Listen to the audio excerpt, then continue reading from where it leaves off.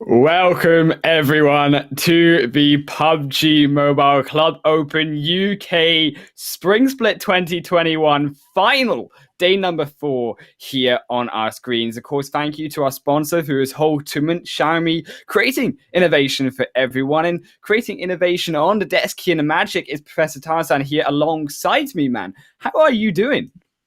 Oh, I am so excited. You know what? Such a journey to watch all these teams fight through, how they progress as well, how they contain all the pressure and perform is such an honor to be here. So thank you everyone for supporting us, not just as all the teams as well. And thank you for all the production staff that has allowed this magic to happen. You know what? I can feel the pressure though. I can feel it for the players, but I know some of them are incredibly prepared and excited for it as well. Yeah, there is a lot of teams here that are going to be playing super aggressive, and to get those points, you got to be aggressive, Tarzan, here. And you see in that first position, 15 points going to be the standing for each game that these teams can pick up a win on.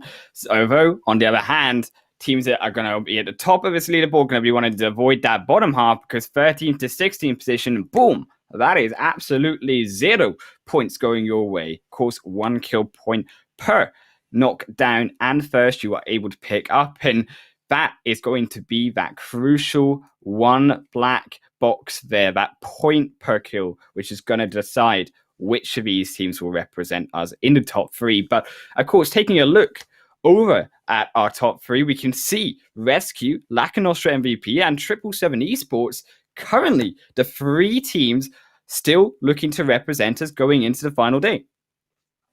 But we can see the teams below them as well, Highland Wolf. They are just 1 good game away from taking that spot away. So it's going to be incredibly intense. And this is the time to test the mentality, right? The team spirit has to be there no matter what happens. We can see how teams can bounce back completely in 1 game or 2. Like RESQ, we were worried for them yesterday, right? Didn't perform so well in the first 2 or 3 games, but they just bounced back. And we mentioned about those kill points as well, right? We can see some teams maybe getting 1 placement point, but can still get to double digits when they come to kill points. So that is something that we need to see. Maybe we'll still get to find out some new tactics, etc.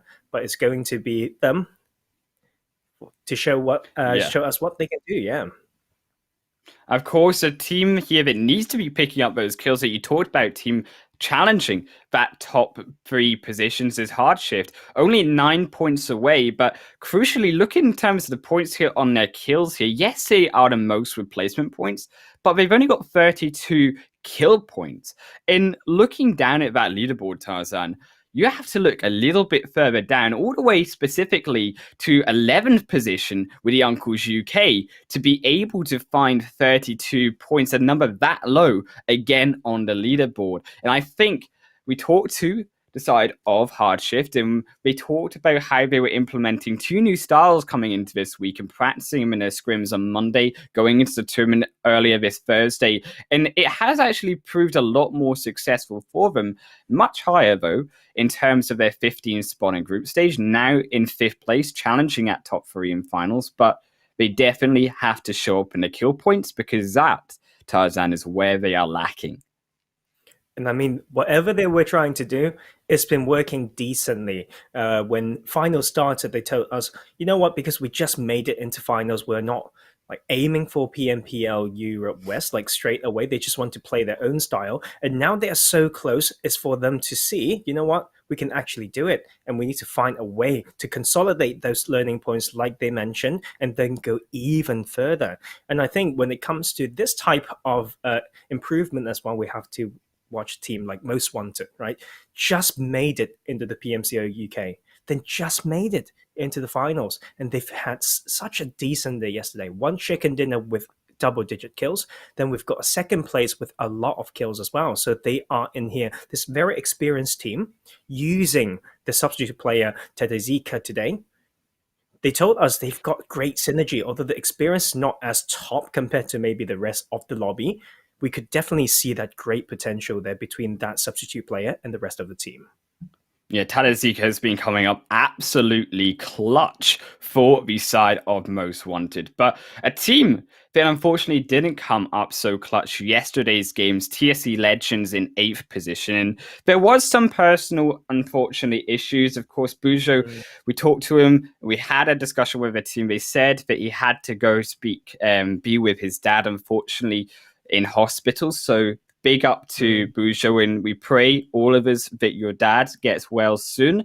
But he is back on to the team here in tonight, and he is going to be a full squad of TSC Legends looking to claim that top 3 spots. And more specifically here, Tarzan, these top 3 spots are still not safe. Even RESQ at the top, that's one game away. That's one good game away from some of these teams just below, and one bad game for RESQ, and immediately that scoreboard shrinks completely. And even as a whole here, Tarzan, we see all of these teams, even the likes of in 10th position Gaijin, could even take one of those top 3 spots.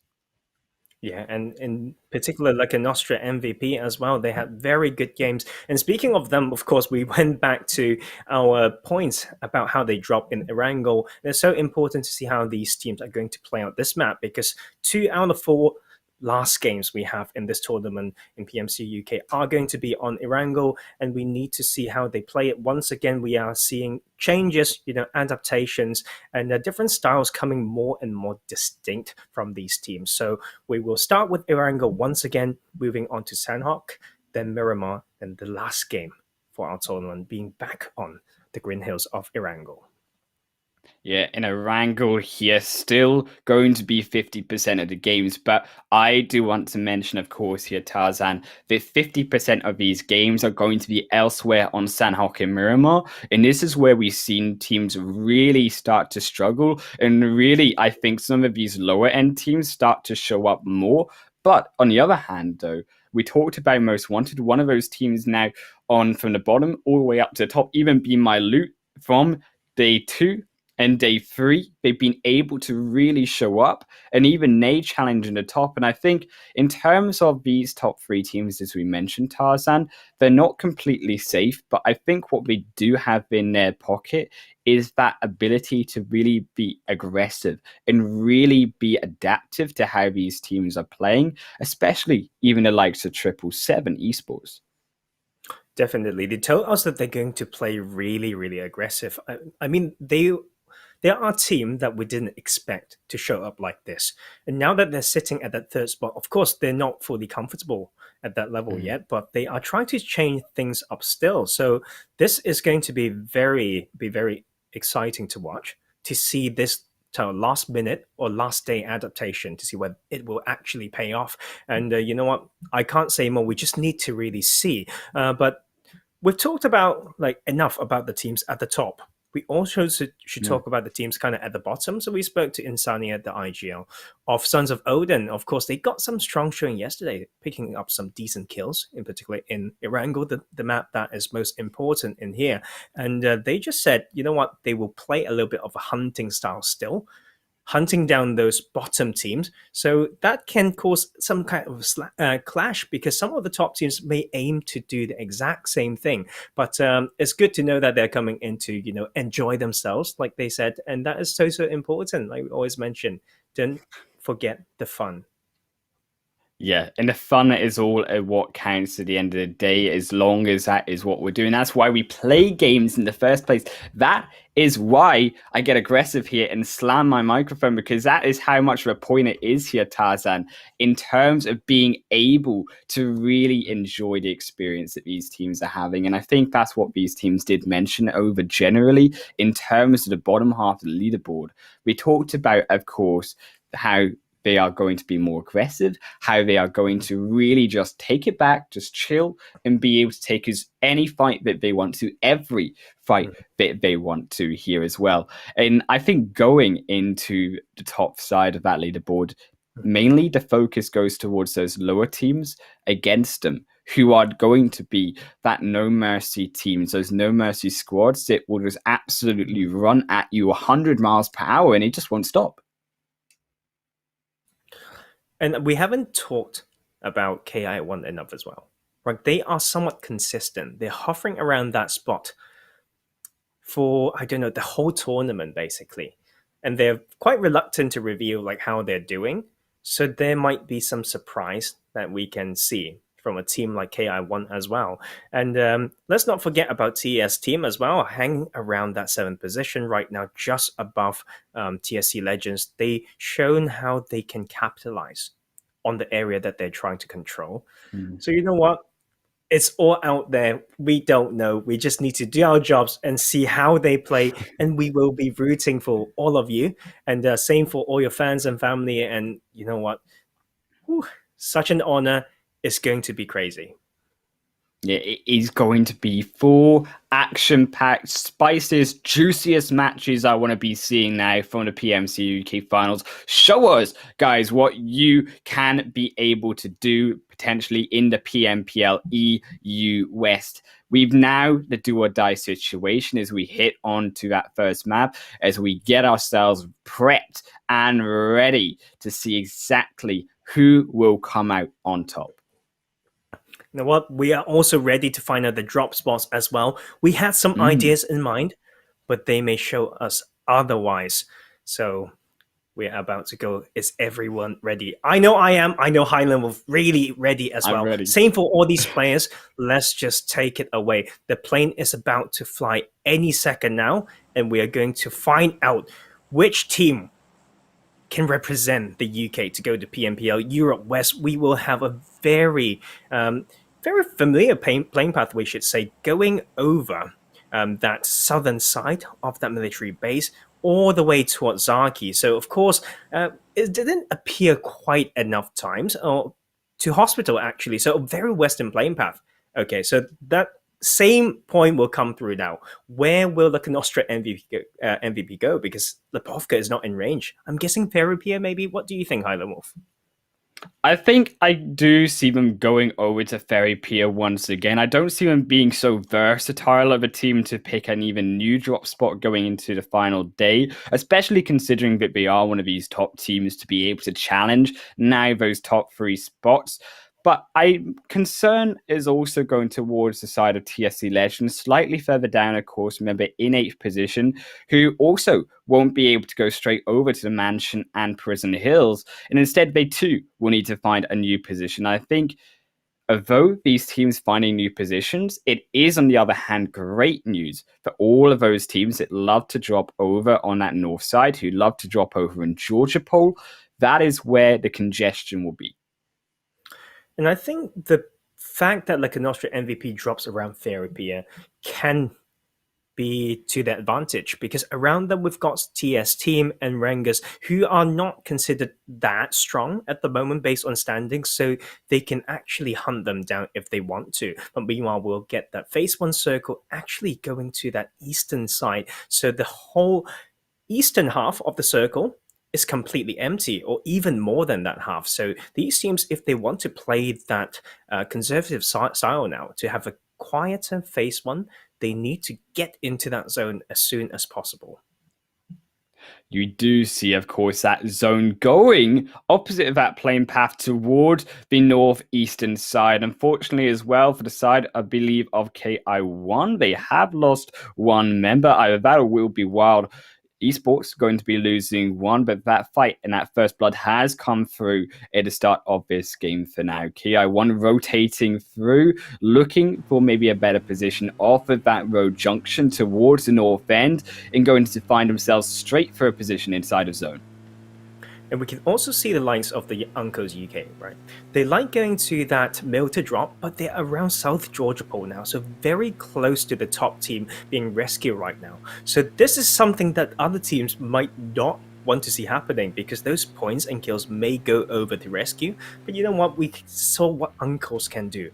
Maybe they're there to take down the Kings instead of giving them all the points. And we can see maybe the sort of rescue needing to make that work, and Most Wanted, a team that like to go really, really far to the northeastern side, now need to get that rotation in. We'll go past Hackshot and the rest of the Ki1 squad, and we'll be able to make it through for now.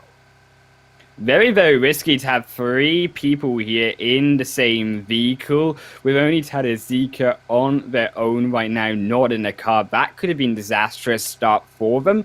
But nevertheless, they do get out scot-free. And now Most Wanted also rotating for a position in the zone. And I think this might be potentially what we start to see going into tonight's games. Tarzan, teams being preemptive and being as safe as possible with these zones, especially considering it's a zone that has gone completely, as we say, the opposite way that southwestern plane path was all going. Yeah, I mean, the timing of those rotations are completely key, especially in these situations where the phase one circle doesn't complement the playing path, and these teams need to find out and just bring it out of the knowledge books, right? From all those studying, what did the data say? What did the statistics say? So they need to find a way to maneuver through the enemy teams. But we also see a side of 777 esports on our screen right now. Dropping to Novo, there's no surprise there. So it's just them alongside Royal Knights, who are the two teams that favored going for a South Island drop. And what we saw yesterday, right, is some clash around that Eastern Bridge. I think it will happen again. So I think the Royal Knights, right, came up ahead in that one. And then 777 esports really need to make it work, because that is very likely to repeat due to the phase one circle's position. And they really need to win this one because they are so close to the top. There's no space for them to make any mistakes here. Yeah, speaking to 777 esports, we talked as well about how with them they were going to be slightly more adaptive. They talked about how Royal Knights were so detrimental to them on those Erangel matches in yesterday's games, and how they just completely griefed over them going towards that eastern side bridge. And Royal Knights once again pulling that rotation off, but on the other side, it's Lakonostra MVP also making a rotation through to RENGERS, a team that also mentioned they're just going to go aggressive. They're going to take every fight they can, and they won't be able to take this one, though, because Lakonostra MVP, they already rotate away and safely through U3. Ki1 Senso here to now go, and they will get through as well, home free. I wonder what RENGERS are thinking about, because we've seen their ability in taking big wins, and in particular that Miramar win that they had, right, in the group stages, but they are not showing up yet. And of course, part of that reason being they're playing certain games as trios, but they're now back to that four-man team, and they can maybe show us what they can do. Of course, their chances are a little bit slim being at 16th place right now. Yep. But once again, the mentality of these bottom teams might really changed of that leaderboard. They are not scared to take that fight. There is nothing to lose. There's nothing to fear, therefore. And not only taking up big wins, you're also taking away points here, crucially, Tarzan, from some of these teams on the top of that leaderboard. And taking all of those points, if you're going to be that hyper-aggressive team, actually sucks away the chances of teams on top. And teams like TSC Legends, maybe in the middle of the leaderboard, these teams in the center, they might just have that be the cause of them not getting into the top three. Yeah. And speaking of that, right, RESQ, right, a team that could make so much magic happen when they got easy access to the phase one circle. And this time round is not the case, because they like to go to self-drawable crates and the circle shifts away from them. And we saw some misstep, right, when they're trying to retreat from or rotate from that western side to the eastern side in that game one yesterday. They were out at 15th maybe, alongside taken out by Royal Knights, exactly the team that we're seeing on screen here. So that could be a little bit of a factor here. So that we just need to see how they execute this one. And of course, Sons of Odin back to Pachinki. They took out the uncles last time, and they still need to work on getting that powerful position a little bit earlier. Talk about positions here, Tarzan. What interests me is, of course, the city of Yasnaya Polyana as well. We talked earlier how teams don't usually take up that city, don't take up shop there to get up those early loots. And with also that plane path, the zero teams are going to be expected to be there until rotations start to come out. It is close towards the center of the plane, to the zone, sorry, and it will also provide some safety for these teams with such a large cover around them, and potentially see teams going over there early on, not only just to have a strong position, but to get up all of that big loot that Yasnaya holds. Yes, and for example, HardShift showing us a lot of promise in how they can really secure those placement points, right? Still at the top. There's 78 points out of 110 points of their points came from placement. And that is just really, really promising. That is 10 points more than the second team that has the second most placement points. At 68, we have RESQ. So HardShift will continue to play the style. I believe they just need to find certain ways in that mid game to really rack up some of those kill points. And Most Wanted, listen to what we said for days now and went for that Yasnaya, and they will be, for now, able to comfortably sit in there, at least getting a lot of information to that western side to them, and the southern Yasnaya fields as well. Very, very strong position. They just need to start preparing for the potential next shift. An interesting second phase here, going over towards all of these teams. And what that does do is take some congestion on the side of these teams. You see Uncles have now landed up against, of course, the side of Ki1. They've found their first knock onto Moha. They're looking for the second, just coming through the door with the Uzi. Yes, they will take it. And Uncles, their aggression pays off. 2 clean kills to begin with. They now take out Hisoka with Argo's help, and Insane coming for the rest. But now Danoka's found 1. Hackshot and Danoka, the only 2 here alive, as Simple has fallen down. 3 versus 2. Insane comes up the window. Can they find 1? Yes, they do. And now they find a second, and Hackshot goes down. And so will Danoka, with the help of Royal Knights on the third party. And the 2 low-placed squads, they will be taking out one of the top. Oh, third party coming in. Royal Knights know the timing for that. They need to take this away. And Uncles, after upsetting one, will need to fight off another. And Royal Knights is actually timing it decently. But the 2 knocks come through first for the Uncles.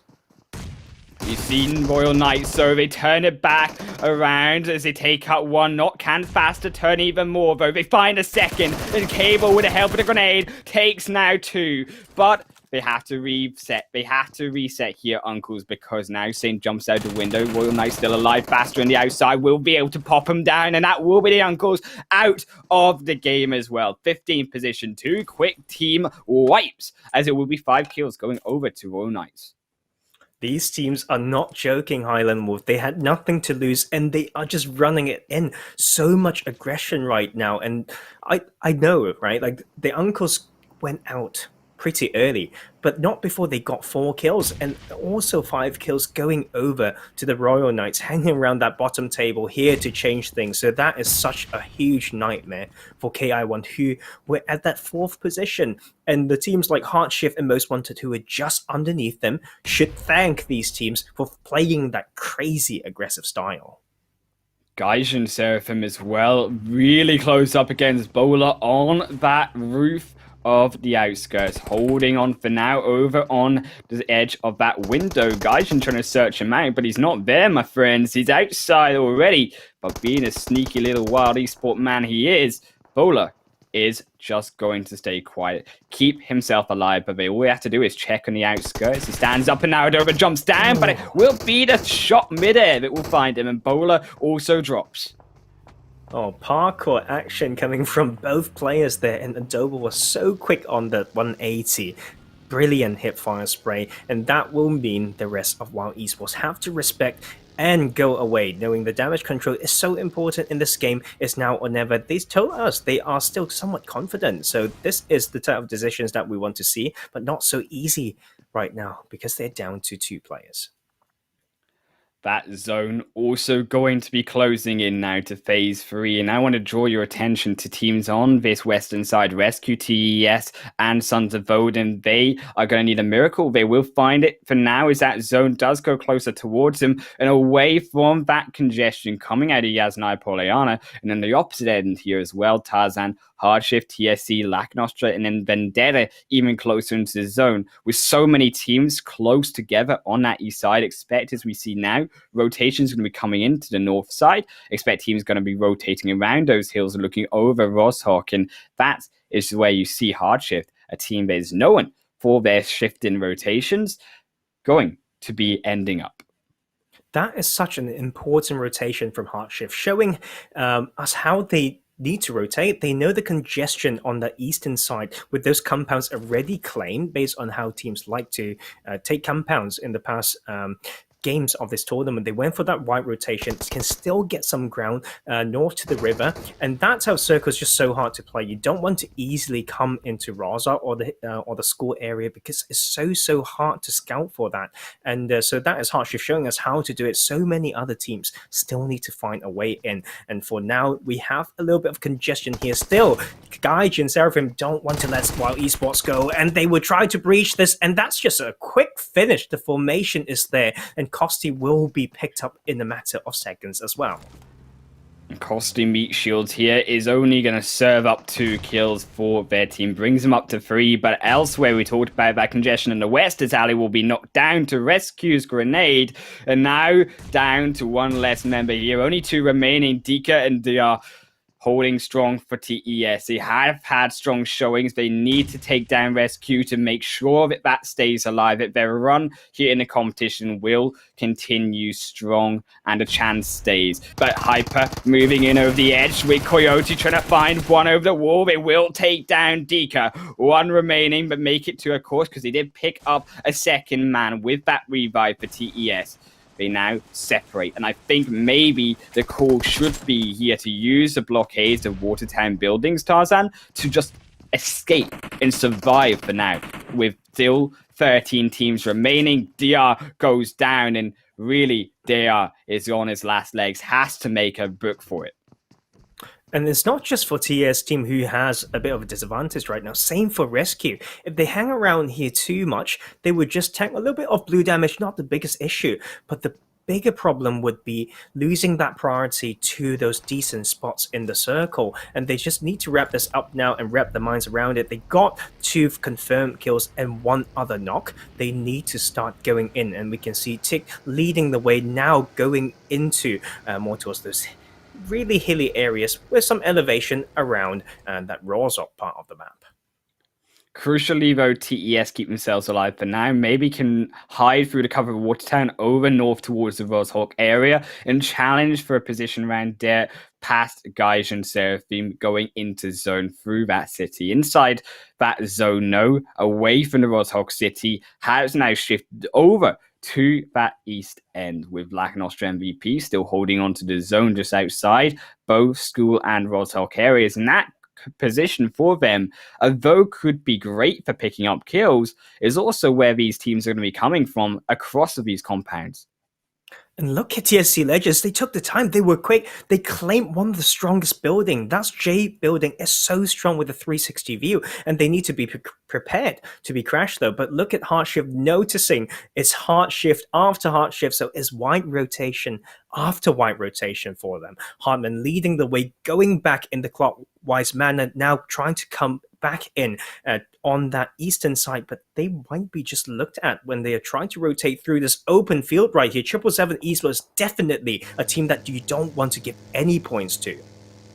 Yes, Naya Field's not going to be the gravestone of HardShift for now, and if anyone can rotate, it will be HardShift. They've got a highest amount of placement points here in the competition, but it will be Vendetta losing one for now as well as they turn back both 777 to take focus onto Spartan. It will be his grave, however, and they will lose 1 HardShift, but the rest will arrive now coming into phase 4. The smokes inside the forest as Royal Knights and Most Wanted also do battle. And this is such a typical spot, right? Really textbook position here with a lot of red just dips to park the cars. And this is HardShift, Most Wanted, I'm sorry, coming in to try to control this alongside the Royal Knights. So whoever gets that win will have a really good spot to scout many of these positions in this last phases of the game. This now phase 4 closing in with Royal Knights towards the center, Most Wanted in the edge though. They're desperate for these kills, maybe looking to take out even more of 777 and hurt them even further on their rotation as they go towards that river. There's not much space to rotate anymore if Most Wanted do decide to hunt them down along the edge of that riverside. But on that kill feed, you see Sons of Odin dropping here inside the school area as they cannot make their rotation in cleanly. Only Albert now up with RESQ overlooking that school area as well.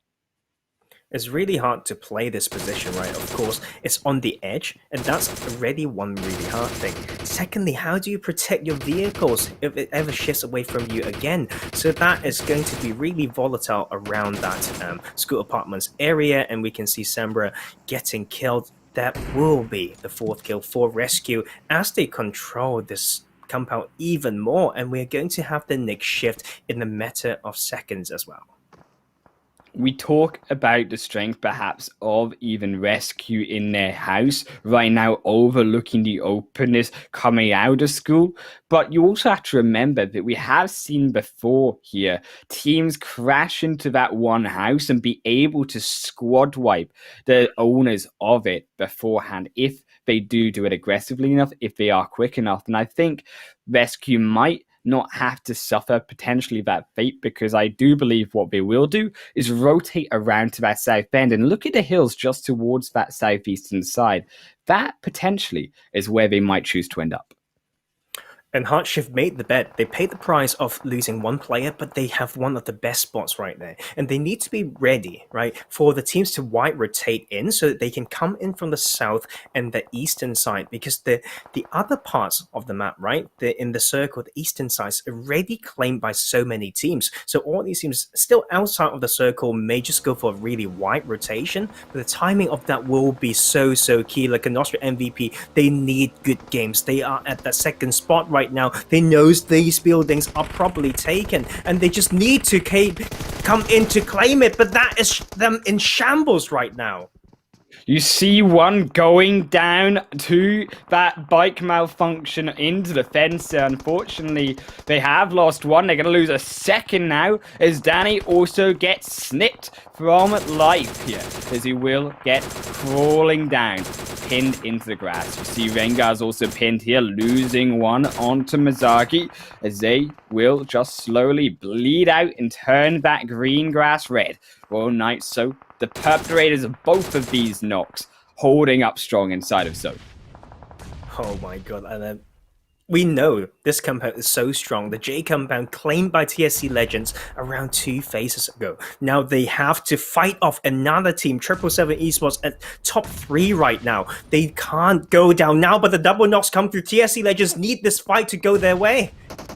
They're coming in 8th position TSC against the 3rd place team. UV goes down, and that will be 777. Unlucky in his first match, as they maybe lose a second and a third, as it will be Ki2 to flush with the help of the rest of their squad. Londa out of the game too, and they will fall in 12. 1 point is all they'll grab for placements, and crucially, that will be an upset from this first match. But inside now, you see BeMyLOOT even putting in more upset to the side of our favorites and our victors in the standings right now is RESQ. Now 2 down already. Will be a third. Will be the entire squad out of that phase 5 zone. BeMyLOOT in 9th. They don't care. They will just delete away whoever they see.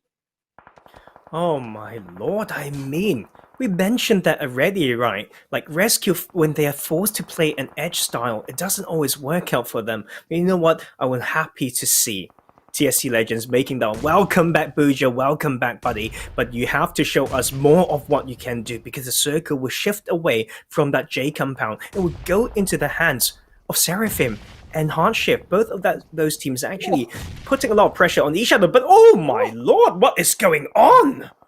It's a double-double here, as it will be Most Wanted losing 2 to Royal Knights. They can throw a Doom-Man grenade as well, and they find a beautiful angle. They best be careful here, rotating around the wall just for some respite here from the brutal side of Royal Knights over the side of their house, inside the edge of zone, overlooking one of the potentially strongest positions in this game and one of the potential teams to try take up the top. Vendetta also smack out RENGERS, as Fortax will be pushed down to just one more member.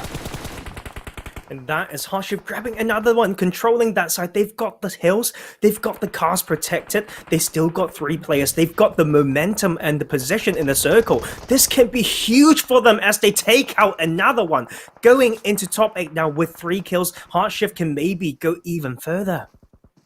They're picking apart the sideline teams here as Gaijin also now take one on to BeMyLOOT. Gaijin Seraphim, they've got 2 different fights to take though as TSC are straight in front of them. They've lost 1 knock for now as TSC blow down those smokes. And it's a clear, they put down more blockades of vision, halting the position and the vision from Gaijin Seraphim, but over on the other side, this is an open zone, and HardShift has spotted them too.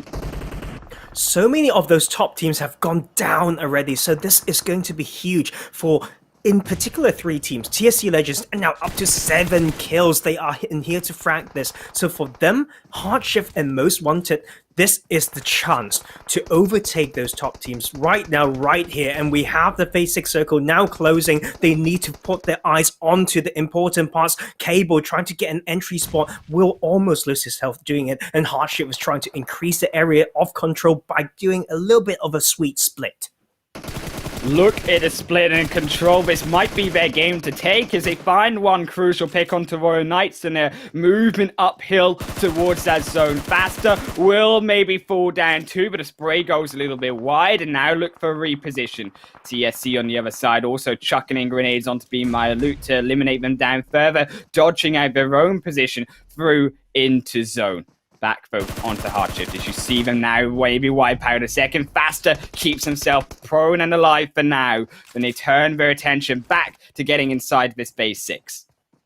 And HardShift need to show a lot of what they can do best once again, because end zone rotation is different. They don't have a position in the circle. They cannot rely on the high ground anymore. So they need to increase the awareness right now, and they need to time it well. Every team on that southern side is now congested, needing to rotate in. So HardShift need to time this well. If not, they can get punished for that. And Bilal getting punished for making that rotation first. Still 0 players inside this phase 6 zone as it moves even now to phase 7, shrinking that possibility even more of teams being able to grab a spot inside. And with now only 5 seconds here to go, they've got to start bringing their movement up a notch and really be able to move inside to safety. As Gaijin, they just won't be able to cut it. They'll lose 2 members. Now Lord and Adobo have to try to keep themselves alive, but they will be the first from TSC Legends, and now with only Adobo alive, can the captain of his team secure a better position with BeMyLOOT one side, TSC the other? And that is just going to be a matter of discipline right now. The reflex need to be strong. The compromising needs to come through. They are still trying to make those revives. That is really important for TSC Legends. They will have the numbers advantage if they can complete it, but those smokes give their position away. So if they've got utilities now from the enemy teams, they need to do it, and Gaijin Seraphim will find another one. They will pick 2 and the entire squad of BeMyLOOT into 6th position. But on the other side, TSC Legends are struggling here 2 down themselves against Royal Knights. Bujo behind the edge. Adobo could still maybe pull something off, but as that zone shrinks in, he's got to stand up. He's got to be able to move up that hill past that tree line of cover, and TSC are overlooking them. Just waiting with Bujo as that smoke clears for Adobo to move forward. Crawl your way through, dear players, because this is not the time for you to give any footsteps or information. They need to know it, and Hardman is smart by doing this, smacking away those tires without giving away any gunshots. He can also prevent himself from getting shot from underneath the car. So these are the basics and awareness that we need to see from these teams. They're trying to split right now. We need to wait for the next one, and this crawling action will be the name of the game right now, and Adobo will still strike onto TSC. But HardShift will find his body and they will take his loot for their own. Is Hardman holding up now over to TSC? A beaten up TSC as they keep having to revive member after member, and HardShift. They're trying to find even more, but it won't be for now as TSC will find Hardman. Bilal now chucks a grenade wide, won't be able to find a pick. His Royal Knights as well find one onto Kakita in return, and Simba with the help of Faster will be able to take one down completely 3 now remain for TSC Legends. Holding up the hill, Lotus trying to make it work, but already down, already out of relevance here. Spongy, the only one alive, and now Royal Knights, they've seen that kill feed. You see Faster running back to Simba. Simba, the only one for his squad. It's Spongy, hunts him down. Oh my lord, it's so heartbreaking to watch. HardShift need to have even better trigger discipline. The idea is there, the execution just fell short, and this is Spongy actually coming really close. He can maybe take this last 2 kills, and he can get even more points for HardShift. Every point count right now, and the rest of the team still are trying to come in to get picked up, but that will be the clash, and that will be HardShift almost falling down. You see Royal Knights still alive, though. You see them potentially able to use that smoke to block themselves in. As Faster, now the only one alive against TSC Legends, has to pull off the 1 versus 3 for his team. They're coming in with a fire. They're jumping, dipping, dapping around, but Faster keeps himself alive for now, but it won't be enough. TSC Legends will be the ones here to snack that chicken dinner into their bellies as they, alongside it, take 10 kills. The much needed win right here. Welcome back, Buja, once again, and we could see the discipline of this team, how they turn every situation that seems to be a disadvantage for them into their strengths. But let's talk about Royal Knights. What the hell, man? 15 kills in the second place when they are supposed to be at 13th place. So they got so many points out of that game. Most importantly, taking it away from other teams. So HardShift, although it was heartbreaking to watch what happened there, but still a very decent game. 17 kills, right? And that is so important as we see them take that second spot away from one game. Of course, they could have gone further, but this is enough, I think, when it comes to them playing consistently. And we are heading towards that point, almost 90 placement points from HardShift. TSC Legends, though, they picked up their 3rd now win of the tournament, the most successful team towards the end of the game there, and they also bring themselves up to 5th position, exactly where HardShift were starting this game. And with RESQ falling down early, with 777 and Lakonostra MVP also falling down early in that first game, this is what we talked about with the scoreboard closing in. And there is now only 22 points between that final spot in 3rd place for PMPL EU West. Also, all between that to 9th position with BeMyLOOT in 100 spot. And even Royal Knights, with a fantastic amount of kills that they picked up, now even challenge maybe that 3rd spot with one more good game. Yeah, and that is just, it scares me, Highland Wolf, to think about Royal Knights actually having a chance, but it's true. They just need to repeat this a few more times, and with those kills, by hunting down some top teams as well, they can absolutely crush their dreams. And, it's just, I can't face it anymore. I can't take it. Like, imagine being these players right now. So, you know what? I think the most important thing right now, Highland Wolf, is team spirit and mentality management. Like, if you are going too hyper and you get a huge adrenaline rush right now, you will actually start shaking. Like, so that may go against you, right? But same if you are too aggressive, or if you're too low, okay, let's talk about the other way around, then you just can't perform as at your best ability. So, Right. I think that is the most important thing right now. Like, there's no chance, no time for you to increase your mechanics. It's not going to happen. Like, you can't immediately change your style right now. Mm-hmm. It's not going to be, it's not realistic. So, Yeah, I wish I could get realistic into their comms. Yeah, exactly. And what I wish I can get into the comms of these teams to find out what their IGLs or managers are trying to say, what the fans are trying to do, to keep them playing at their best. This is even more hype than I thought. And I'm so happy that we get to be part of this. This is going to be crazy. I know you're on a journey with me alongside it. I'm so glad you're here in the desk here to keep me tamed from the levels of hype surging through my body right now, Tarzan. But I do have to cool myself down because it's still a short break away before we get back to now phase number 2. And that will be over on that Sanhok jungles. And that will be an exciting one as these teams prep themselves up. We'll prep ourselves up, and make sure you prep yourselves up with your snacks, your drinks, whatever you need going into that second game. It's going to be a good one.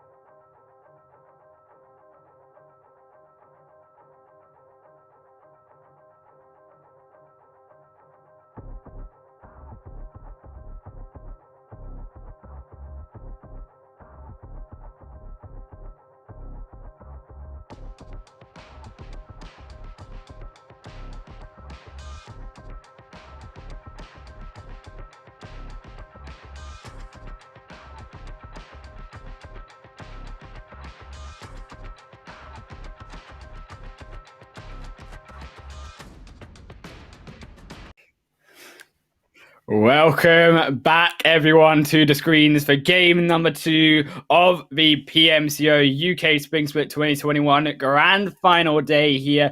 It is a juicy, it's a spicy one, it's hot, heated action. But I tell you what it is also going to be. It's going to be on Sanhok here, joined, of course, by Final Wolf and Professor Tarzan, the only one on desk here. It is the Span Brankin looking man himself. How are you doing after that action-packed game going through that Erangel game? So hyped. I know it doesn't sound like that, but I can feel it in every single cell in my body right You're now. You're controlling it. And, I'm trying to control it, right? I try to preach it. I need to do it myself. And just trying to bring all of you, like, what these teams can do, you know, like through our commentary, analysis, everything. And for a team like HardShift, you know what, I shouldn't say I'm concerned, but we could see the strongest map has been Erangel so far, right? And they need to really control and hold down Sanhok in particular, because Miramar, they've been doing better, right? If they can continue with that momentum, it will allow them to pop off once again in game 4. And that's just my thought. And of course, also looking forward to see how these bottom teams, right? Those who got nothing to lose, they will hunt certain teams down. They will upset the leaderboards. They will do what they need to do to leave their names in this book right here for PUBG, for PUBG Mobile, United Kingdom. So, you know what? I'm so ready. Let's just get going already. I am ready for it too. And I think what we really need to note here, going on to Sanhok for match number 2, is on the opposite end there, the top of the leaderboard previously from that first match, Tarzan. Teams like 777, Lakonostra, and RESQ all falling down early in that first game. I think being taken even by surprise by the aggression and the all-out of some of these teams that, as you say, don't have anything to lose anymore, whether they actually maybe now have a chance like Royal Knights to make it to the top or not. Okay, so let's just don't look away, because look at Cal right now. Royal Knights is trying to hunt down another team, and I think that might be HardShift. Very close to that northern side as well, we have Sons of Odin. And that can really change things, and we can see HardShift adapting to that immediately. They get pushed away, and they will not go there. Uncles drop on Cal. Their plan has been so clear tonight. They just want to hunt those teams down, and we can see HardShift trying to adapt to that. Lotus get pushed away to Mok 9 is going to be hard as well, and we'll have that phase 1 circuit going to the southwestern island. Quite inconclusive still. We can still rely on teams having that idea to hold compounds like the trifecta to keep their options open, but that congestion on the northwestern side is just mental right now. While esports trying to disturb that leaderboard, and it's none other than RESQ. Wild in 13th position, looking to take down the number 1 is Blood on the rest of RESQ here, overlooking that lobster building, which Wild have already taken control of. HardShift already losing 1 to Royal Knights, and that's a crucial pick for Royal early on. If they can continue that momentum, that will get them going places. But as we see over on that Cardman on the end, already has been now firsted out by Faster here. Gaijin Lord actually, or should I say for Side of Wild, Lord will actually take down 1 of RESQ here as well. And that is also now going to be a second crucial knock as Tick punches down a second of RESQ. In the top members are fallen here, but not before Royal Knights will have 1 fired back against them. HardShift strike back. You know what? HardShift needs to start planning right now. They know the circle's not in their favor. They've also lost one player. So they can maybe play patient and grab some kills right here, trying to third party this one because that knock is crucial for HardShift to eliminate that pressure. And Aga from Uncles is here to maybe finish what he started. And HardShift can potentially go for a rotation. We haven't seen that from them because their strength, of course, is rotation. And now that they're so far away from the circle, they need to show that strength once again, but I spoke too soon. HardShift will lose another one. That's two of the top three here struggling in this second match, Tarzan, and this might be the way that tonight goes in terms of the underdogs coming up and rising up to those top three spots to represent when it counts here in this second match. But we do have to hold strong here. It is only early days, and we do have to remember that Royal Knights still did lose one, and with Uncles coming up against them, they are split away, with Starboy might be next. You know what? With this game of upset continuing, Uncles and Royal Knights actually want to kill other players and not each other. At least that's what the other teams are thinking. But Uncles are here, still strong though, 2 opening kills, and they was trying to hunt down more. Starboy need to get out of that cover, and maybe Cable's too far away to support. It will be Uncle Zoe moving in, and as we mentioned, that split drop from Royal Knights not paying out for them. Starboy does get himself back up to healthy days, though, as Uncles make their aggression towards his little petite shed inside that hilltop. Starboy holding on for now as the 4 members aggress up. Starboy holding quiet for now as they move out and try expand out. Arga going to be the one to search his shed. Can Starboy find it? Turn around, not going to be fast enough. And now Starboy's location is known. Has to pull off the 1v4. No, he will not. And he will get knocked down. Arga, they're going to be the one with the rest of his team to pull that third piece of Royal Knights into the ground. You know what? This is also an upset because Uncle's further down that leaderboard, currently at 68 points. And compared to Royal Knights having that big game just now at 90 points, we did mention they had a chance if they have 3 consecutive big games. But this is not going to happen, seems like, because they've just lost 3 players. And 777 Esports can rely on that comfort now that they're enheartened. They need to slowly go into that circle and find the area of control because they are still up there. They are only at 4th position, 1 point after Lakonostra MVP and 6 points below the side of HardShift. And HardShift can maybe try something else. We talked about rotation, but let's not forget about the other big tactic here in Sanhok, and that is the healing strat.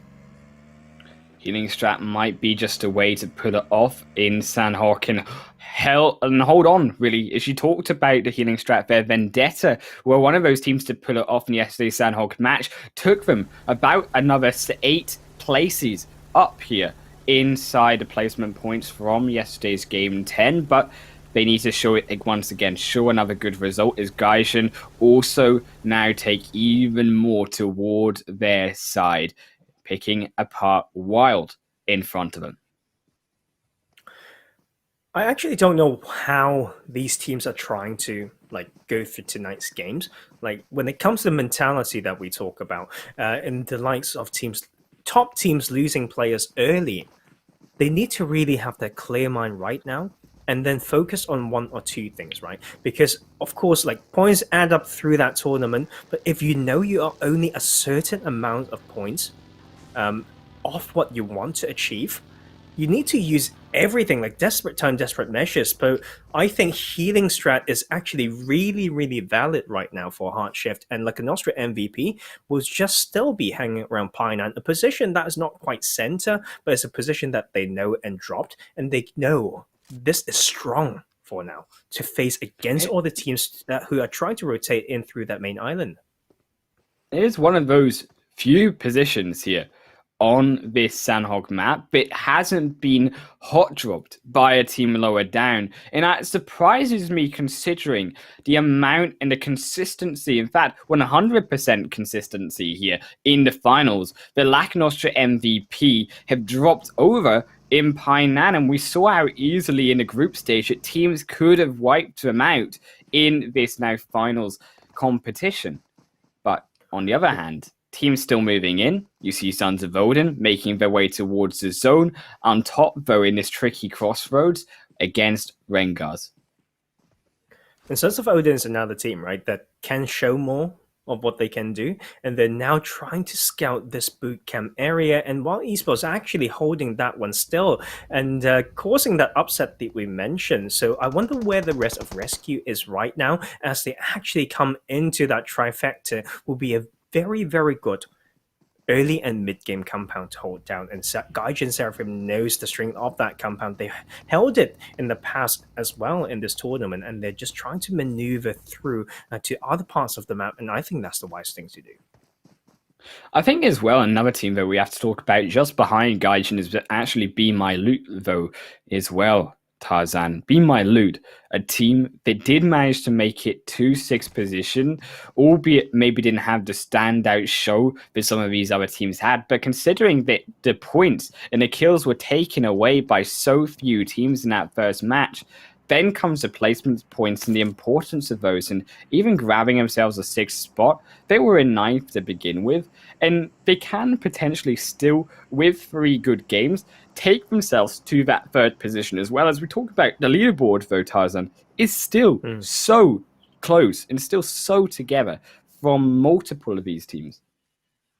Yeah, definitely, because if we said Royal Knights had the chance at 90 points, Gaijin definitely had one with the full team up at 88 points, right? So that is something they can do. And look at Lotus. They are looting Lakawi. I actually like this. This is something that's so important. They are trying to maybe study the drop locations right now, right? They split as well. Look at Sponge trying to go for the other side of that island, the biggest one split I've seen so far, and they are trying to split those bets. I think this is actually big brain. If we just try to clear their minds, forget about what happened earlier. This is actually the right thing to do. I think it will be how these teams rotate around into this map to actually avoid potentially the danger of being that first team out. Keep in mind, this is a much quieter game compared to actually what we saw in Erangel, which, albeit with Sanhok's name and reputation, is surprising. Still 16 teams alive, despite even some of them being a little bit injured from that early start. You know what? I almost want to preemptively talk about the mindset that these teams need to have if they have a bad game in Sanhok. They need to remember that it doesn't matter anymore. There's no more Sanhok game. It's officially the last Sanhok game in PMCO UK. So they need to really use their mental strength to forget about it if it goes wrong. And the Sons of Odin here, of course, coming into tonight, having basically no pressure and want to see how they can do what they can do, right? The team that we talked about being evergreen and a bit of a neo green team as well, right? Like a few weeks together, essentially very different to a team like HardShift, who could implement so many of those new tactics and strategies because they've been playing together for more than up to 2 years now, actually. So we need to see how these teams build and hopefully not disband, through these crazy fights, and the pressure in this tournament is already a great achievement. So I want to see more from them for sure. Yeah, to grab themselves a spot in the top 16 in the finals is still so much better than so many other teams in the UK scene that can be said for them. So I think that is something to hold their head up high about. But as we mentioned here, don't have realistically the most strong chances of qualifying into the top 3. But they can still upset in these final 3 games, and they can still change this leaderboard completely. We know the Sons of Odin can have bad aggression, as we saw in previous Sanhok games through this tournament. But just as we mentioned about Sons of Odin and their aggression, exactly where they did so along this coastline, which is now occupied here by Ki1 and TES. And TES knows how to play this slow because they are a team that has shown potential and ability in assessing the surroundings and making the most out of the position. So Ali is actually really, really aware right now, knowing where the hard covers are, so where the players of Ki1 are at the moment, and we can also see Lakonostra MVP putting some action in, but actually on the backside there, because it was Gaijin Seraphim who found a knock on them, and Most Wanted as well. Another team that needs to show they've got one really good win on Sanhok yesterday. They need to repeat this, but they have to first go through the team of RENGERS. Hisoka finds out in the back foot, and so will Mizagi find their footing slipped from under them, as it will be Most Wanted to take that scout and that person on the outskirts for RENGERS. As that zone phase 3 shifts over that bridge, that'll be a juicy one for the future, but in the present, Most Wanted hunting down their kills to make it their first blood, as Mizagi tickling down as this blue zone chews them slowly up. And just look at the circle going over to Ruin. So the main island is no longer in. That majority of the land going over to that southwestern island. And I think this is good news for those solos of HardShift. In particular, Spongy, if I didn't misread that, on that northern side, if he grabbed all those first days right now, he can slowly edge in and can still use the grounds on that northwestern island on the southern coastline. And Most Wanted tier 12 actually get knocked there, but some return fire has come through, and Most Wanted still holding in here, but at what cost? We've got another 700 meters for them to travel, and only 23 seconds to go before the circle closes. They have lost one member, Mizagi, down as well. U3Q knocked as well here. Malik and Fortax, the only two remaining. And inside this zone, it is going to be important to find your escape strategy away from Most Wanted. And that's exactly what you see the side of Most Wanted doing here. Moving round for the rotation into zone, knowing that phase 3 did shift hard away from them. But inside this zone is TSC versus Lakonostra MVP. Two of the top squads to take now arms up against each other. Bujo on this front line as Lakonostra MVP take a 2-2 split.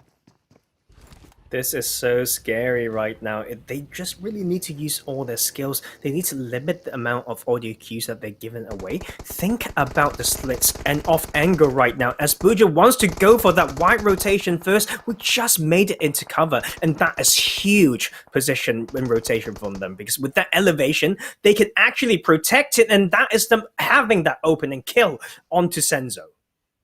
Senzo, the front line dead for Lakonostra MVP.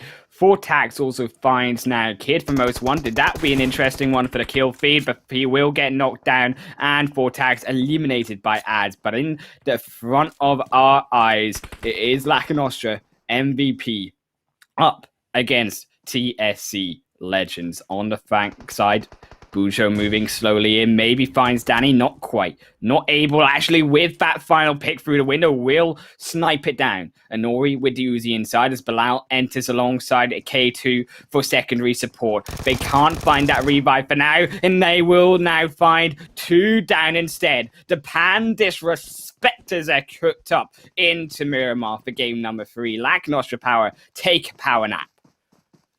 Oh my lordy lord, that Bujo with the big brain, you know, he almost costed his own life, but going for that high ground first to get that off angle, then coming back in from the side for another off angle with the disrespect finish with the pan as well, trying to smack Lakonostra MVP to the ground, trying to bruise their ego, challenging the mentality, and that will be the name of the game. They will also get an easy entrance, and Bujo will continue to cruise in, because we will have that Ruins finish, and those teams, they need to come in once again. They've got another 30 seconds to go. They need to know the game plan right now. Think about all the strong positions that the other teams might be holding and come up with a good plan. And TSC actually falling short a little bit. Same for the side of Prada, Sons of Odin, trying to rear in these streams of the teams who still got a chance to qualify. A beautiful one to dissect away Gaijin Seraphim. Their 4x1 split not paying strong for them. Now just down to the trio. But they will have some alleviation from that engagement of Sons of Odin. Not can be said on the side of RENGERS, as they will now fall to the play zone as well. Sons of Odin here still showing up strong with 2 kills. So as Ads also falls down to U3Q. That fight between Most Wanted and RENGERS still playing out on that kill feed. But as we mentioned, that zone now going hard over to the coastline, phase number 4, and 777 looking strong on that coastal line. It seems like the gods of PUBG is now on the side of some of these other top teams, so more comfortably in the circle are Ki1, 777, who are quite up that leaderboard, right? And they are given the zone, they just need to know how to control it. And same for the side of RESQ, I think they just are outside of that circle. It's not easy to leave this, by the way. They need to know how to farm, as well as making an entrance, because crossing that main road is so hard. If you play this game, you will understand what I'm saying. So RESQ still need to hold it down. They've got a 30-point lead, but they need to still play conservative. We find the first onto Wild Esports, and that will make them 2 only remaining as Big Boss from under that tree line. Their comrade here inside the sea, looking to try beach up towards this phase 4, make it now phase 5. As you see, that zone is going to trickle in to that next shift. You see it on the other side, though, on the edge. Gaijin Seraphim looking to try take themselves to a chicken dinner. Kosti and Co. overlooking that cliffside of ruins, and that's such a strong spot on their awareness, because they can see actually there's so much of that line towards the bridge is free and open for them to move about. But that won't be the case, because that zone moves over to Tan Bang, and that's a juicy shift.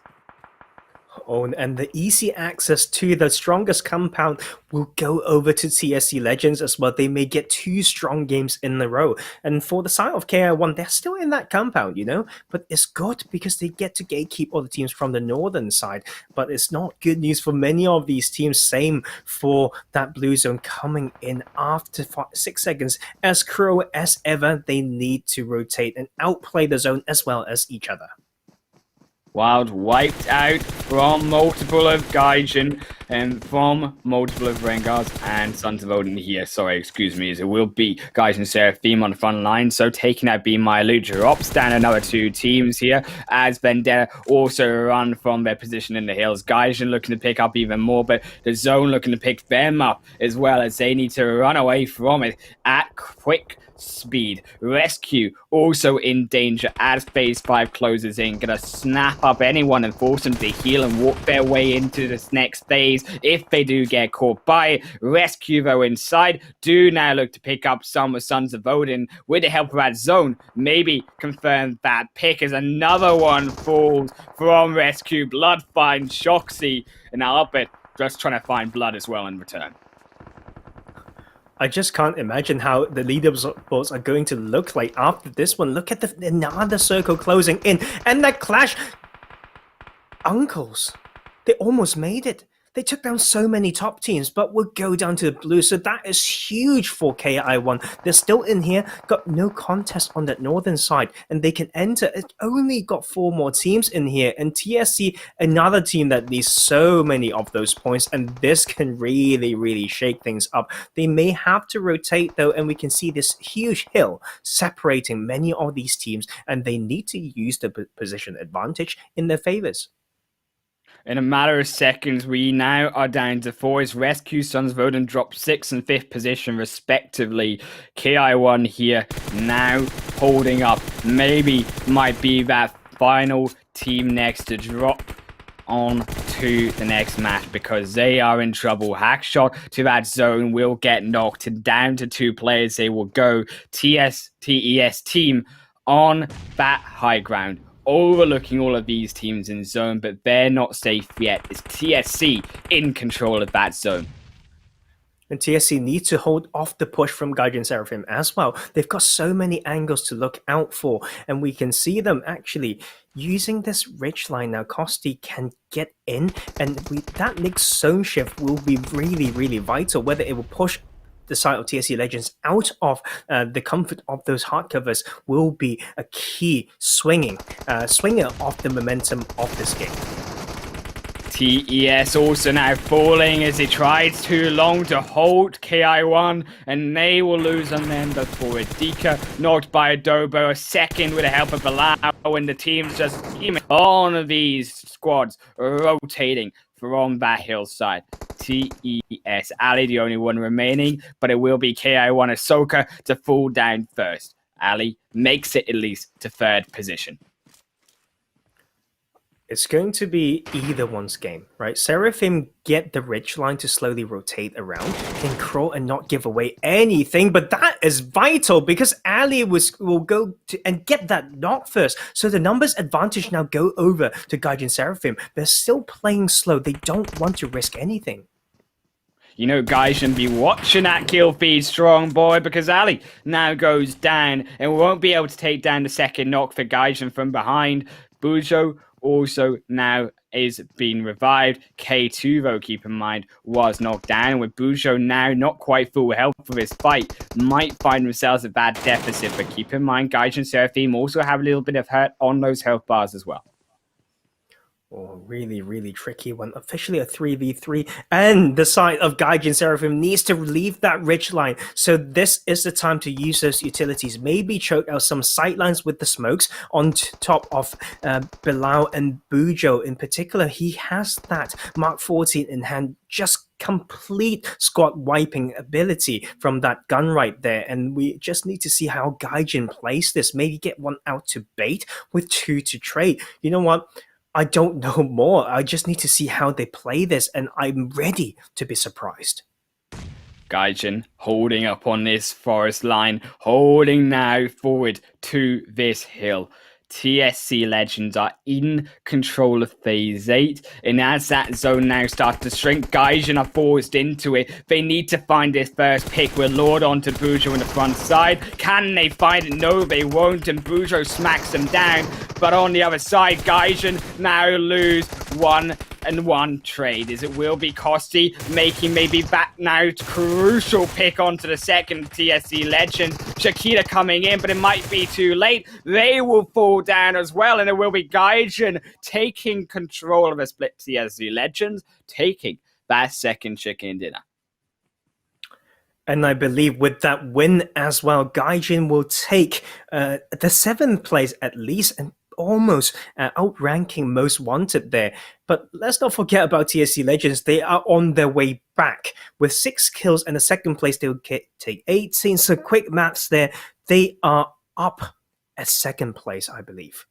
So they are coming back, and that might be not just the battles between them, Highland Wolf, the battle between you and me when we picked our top teams. Which team will win the PMCO United Kingdom? And Highland Wolf picked RESQ because he watched those scrims and saw that momentum coming, and they proved him wrong.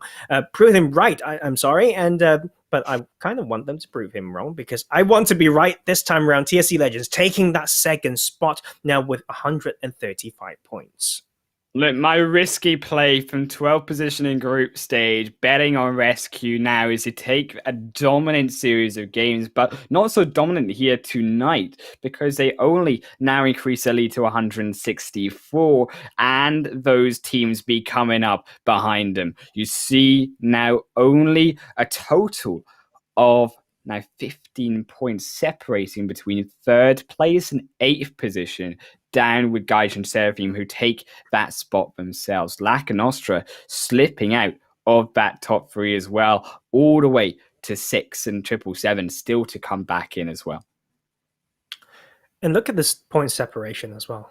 The 3rd place to the 6th place, 6 points to separate. And that is just crazy right there. I mean, like, it's not only the fact that they can overtake each other, they can still overtake TSC Legends and put them down out of that bracket of the top 3 going to PMPL. So, well, I don't know. I honestly don't know. And once again, I will mention that thing when it comes to mentality and fixing things between games, and focus on the things that they can fix will be really, really vital here. Look, I think for the teams of 12 to 16th position, uncles and below, they don't have so much of a chance really now with only 2 games to go to make a strong showing and make that 3rd place at least, particularly because, of course, other teams are going to be still earning points ahead of them. But I do think in terms of 11th place, 2 now, including that third, even second position, Tarzan, that's where teams can look to take it. And that's where teams can look to steal those spots for PMPL away. And I think it's great to see that, of course, we see so many teams so close together in so many teams making this possibly one of the tightest races for any PMCO region. You know what? Points is one thing, math is one thing, Highland Wolf, and we showed a little bit of a slice of our brains yesterday when it comes to quick maths. But you know what? Momentum. Let's put things into perspective, okay? Like everyone, 3 points in the last 2 games so far from 777 Esports. 1 point from Lakonostra MVP in the past 2 games. That is huge. That is such a huge difference compared to the rest of the other teams who are in that bubble. And we need to work like through that mentality topic that I talked about in relation to this. And we wish to give all of you that insight as well. Going is not just the so-called hard facts and the points. We need to think about such a key thing like momentum, because like having been a player myself, like that is the biggest struggle, like the biggest challenge as an IGL, to pick your team back up and see how you can allow them to play at the best, because it doesn't matter like how good you are or your potentials are, your mechanics. If you can't bounce back and keep your head clear, you just cannot perform. You will choke so hard that you are giving away the opportunity of a lifetime. Yeah, and even a team leader yourself, that experience of even coaching a team, and what do you even say to these players like Lakonostra MVP who would only be getting 1 point? Then, well, okay, are we doing role play now? I will first go to. Okay. Let's say I've got power over Inori, Okay. like their owner, and an IGL. I'll remind them of the power they've had in this tournament before. Do a little bit of positive imagery to get themselves sinking in that idea. Those scenes and pictures or streams, like just clips of them fragging it out, dominating, and tell them right now that you can't like pull each other down. This is a time to bring each other, like bring the best out of each other. And if there's, don't care what way you use, there's enough reasons as to why you have become a team. Remember the reasons why you come together and forget about those who can sometimes be your trouble. And if we can focus on that right now, get everyone to do a little bit of maybe breathing practice to pace the body so that it won't go against your playing. That will be the key thing that I focus on. There's no more pep talk art like when it comes to gameplay. It's all about the mind. Yeah, and the mental fortitude here is what these players and what these teams will need going on to the hottest game of them all. Miramar on our screens, just a short break away. Make sure you guys stay tuned and make sure you keep your eyes glued because it's going to be a beautiful one.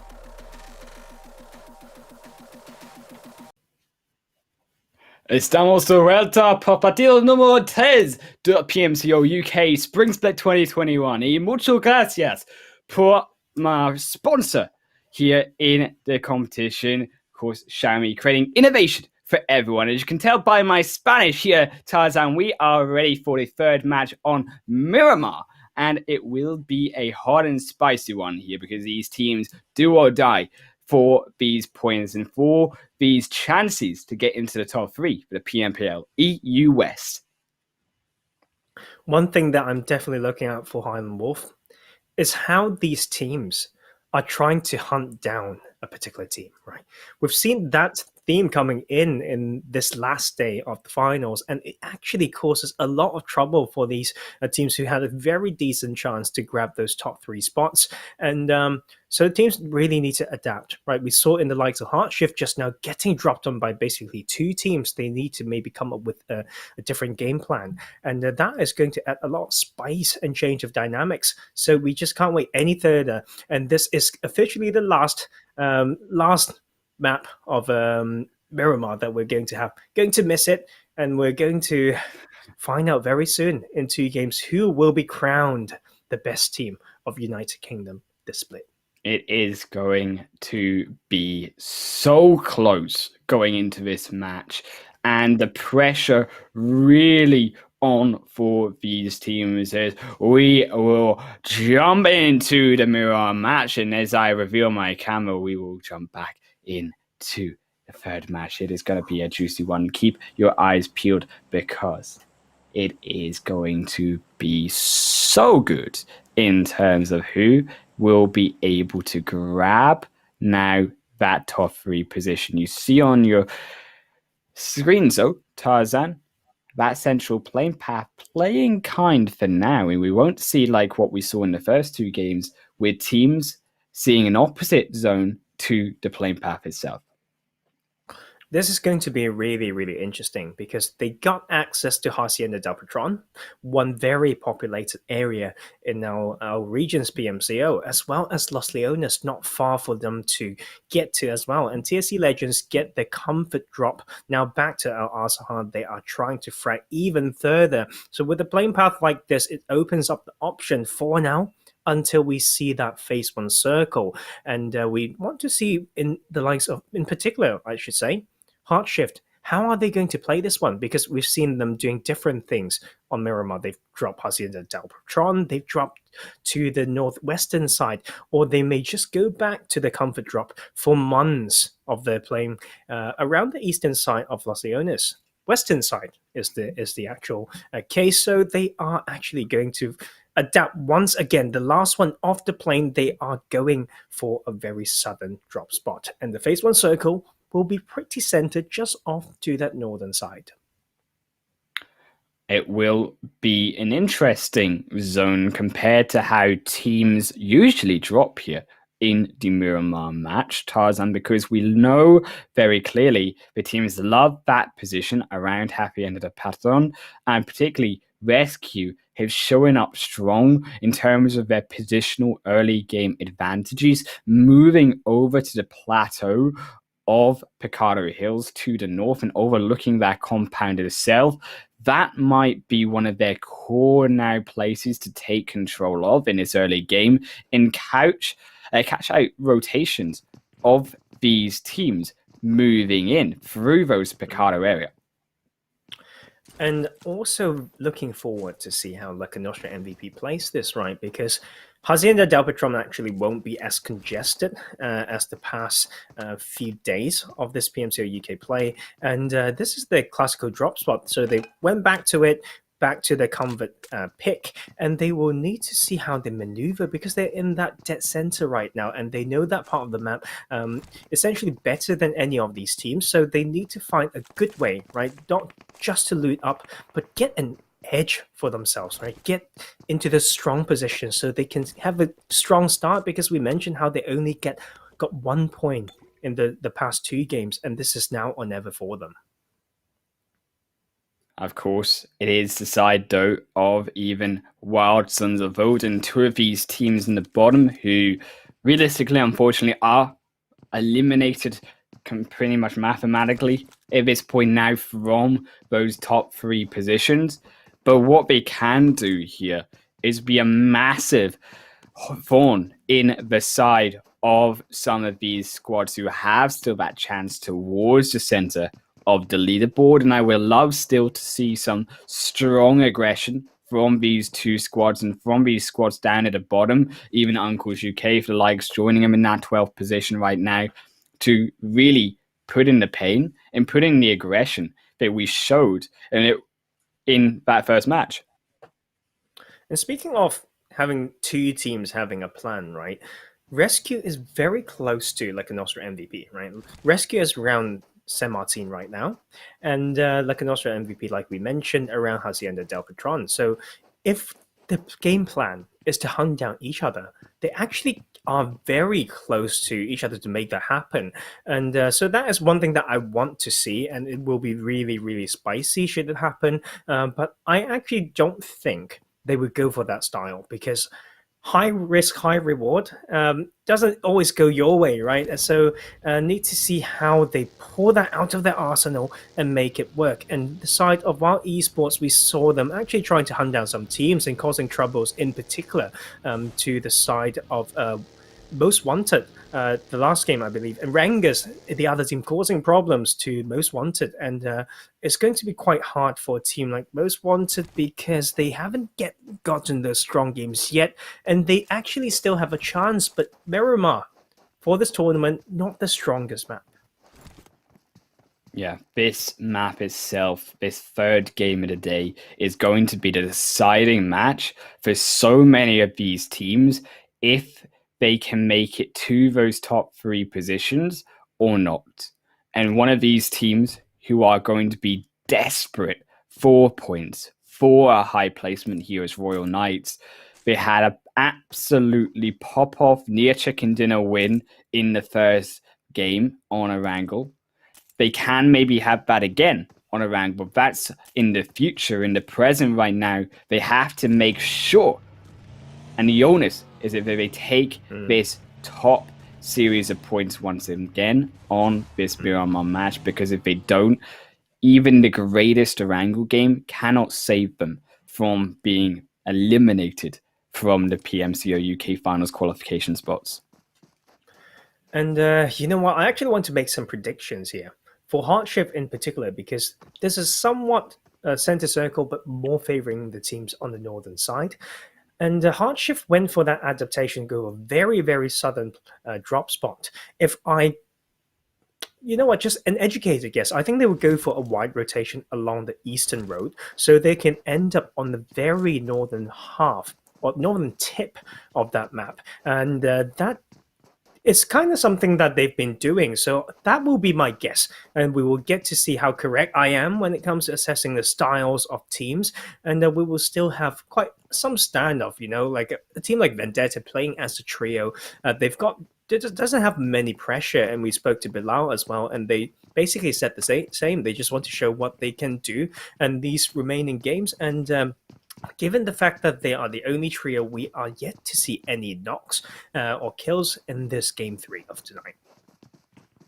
A quiet game three, and I think because these teams like us here, Tarzan, understand that the pressure really is on more than ever to make sure that this game counts towards them. And Miramar is not a safe or easy map to be able to do so, to guarantee these points and guarantee these placements. And particularly with the zone shifting around centrally to half the end of the patron, that is a really interesting position for these teams to really scout around and choose where they want to control. Of course, the most notable spot, though, the Picado Hills, as we talked about previously, the high ground advantage now, looking over teams in terms of the vision game, is going to be so important because the teams with the most vision early on will make the most educated and informed rotations later into the game. And you're completely correct, the Highland Wolf. When we talk about Hacienda, right, we talked about teams actually going there, right, in this finals stage of the PMCO UK. So that being the center zone, I want to see teams actually outplaying each other with the amount of knowledge they have for that part of the map, and challenge a team like Lakonostra MVP and make them work for those spots. Because if we bring ourselves all the way back, right, to after day one, they got the 74 point in that game, day one of stage play.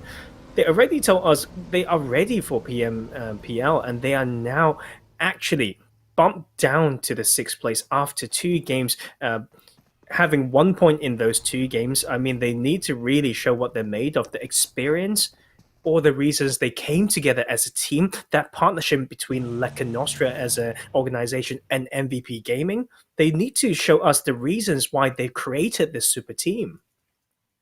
And this phase 2 also going to show us where it's going to be shifting straight over that happy ender compound, but also crucially moving towards the center. Graveyard going to be an interesting center point for these teams to be controlling over those graveyard hills, just down towards the side of La Bendita Crater. That potentially with Royal Knights there is maybe one of the strongest positions overlooking these teams for vision, alongside, as we already talked about, that Picado Hill. And I'll take the small win here. HardShift did win for that wide rotation along that eastern side, and they will continue to maybe loot up a little bit, right? Because the blue zone can hurt quite a bit. With 48 seconds to go, is going to come in. But look at Lakonostra making it count. Those are so important. That flush onto TSC Legends will slow down the momentum, and Lakonostra can use that as the anchorage point of that, not just momentum, team spirit and everything, and they can maybe get more control in this middle zone.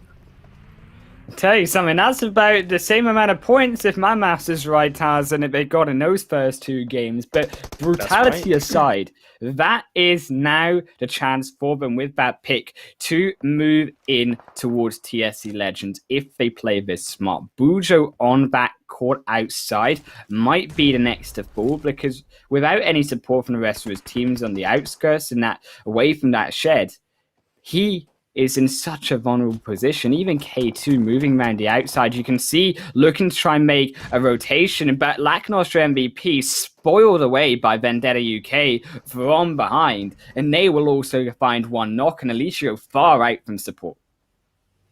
And the idea is there from Alicio for that off angle. It can actually make it work in their favor, but that position that Lakonostra MVP is holding cannot be held long because of the lack of covers, and they will be exposed to so many teams that went for a rotation to the north. So this is them actually knowing that problem, going back to these hard covers, but they need to make a bigger rotation because this compound has very limited escape strategy. There's no elevation. The escape paths are really, really open, and they really need to make that adaptation now, because Vendetta, although they are kind of at the bottom there with only 3 players, they are causing so much trouble right now for them. But what we did see earlier on is a rotation from TSC Legends, with one moving towards the zone, the second of Ki1 looking to try support Bujo and allow the 3 members a route on out of there. As it will be Bujo to make some escape. Ki1 will stop Vendetta taking a second knock, and it will be Bruty as well to bleed out on top of that sand dune. But alongside Lakonostra MVP, they will lose another player. RESQ inside the zone here, phase 2 closing in. A team also that although they had that lead, and that lead from the first 3 days protecting them from these miserable first 2 games for them, they have now a chance to redeem themselves and show us, and show me why I picked them as my favorite team to go up to that first position. For sure, and they have the first fight of the side of the uncles. They have been causing so much trouble. They are the team that puts the most effort into hunting down teams, and they've been causing so much disruption. They're taking down top teams again and again. Now, on the face of RESQ, has the position advantage with relation to the circle as well that goes over to Graveyard and Minas Generalis. So that is a very, very tricky cross. We can see that main road that separates Graveyard and that plateau that we always mention. That is going to be really, really hard for them to play. Most One Ticket is actually in position to punish those teams who need to cross that road. And HardShift need to thank the gods of PUBG for this, because that allows them to play the edge dial, and they can come into La Vendetta with little resistance right now. La Vendetta with Ki1 overlooking north side of that on the crater, going to have the high ground outskirt of Most Wanted, and as well the side of Royal Knights inside the graveyard itself. 777 trade one with TES and the kill feed as RESQ as well to make their way through. You talked about Uncles being that aggressive team, but they won't find any knocks for now. Blood on that high ground, still searching though. 777, as we talked earlier, on that kill feed, the 1-for-1 trade, 3 members each, but unfortunately now it makes it 4-man advantage for TES as they bring back their full squad and their full power. The grenades going in from Gunner, but on the outskirts, UV bleeding away down. TES will be able to pick that 1-man advantage up.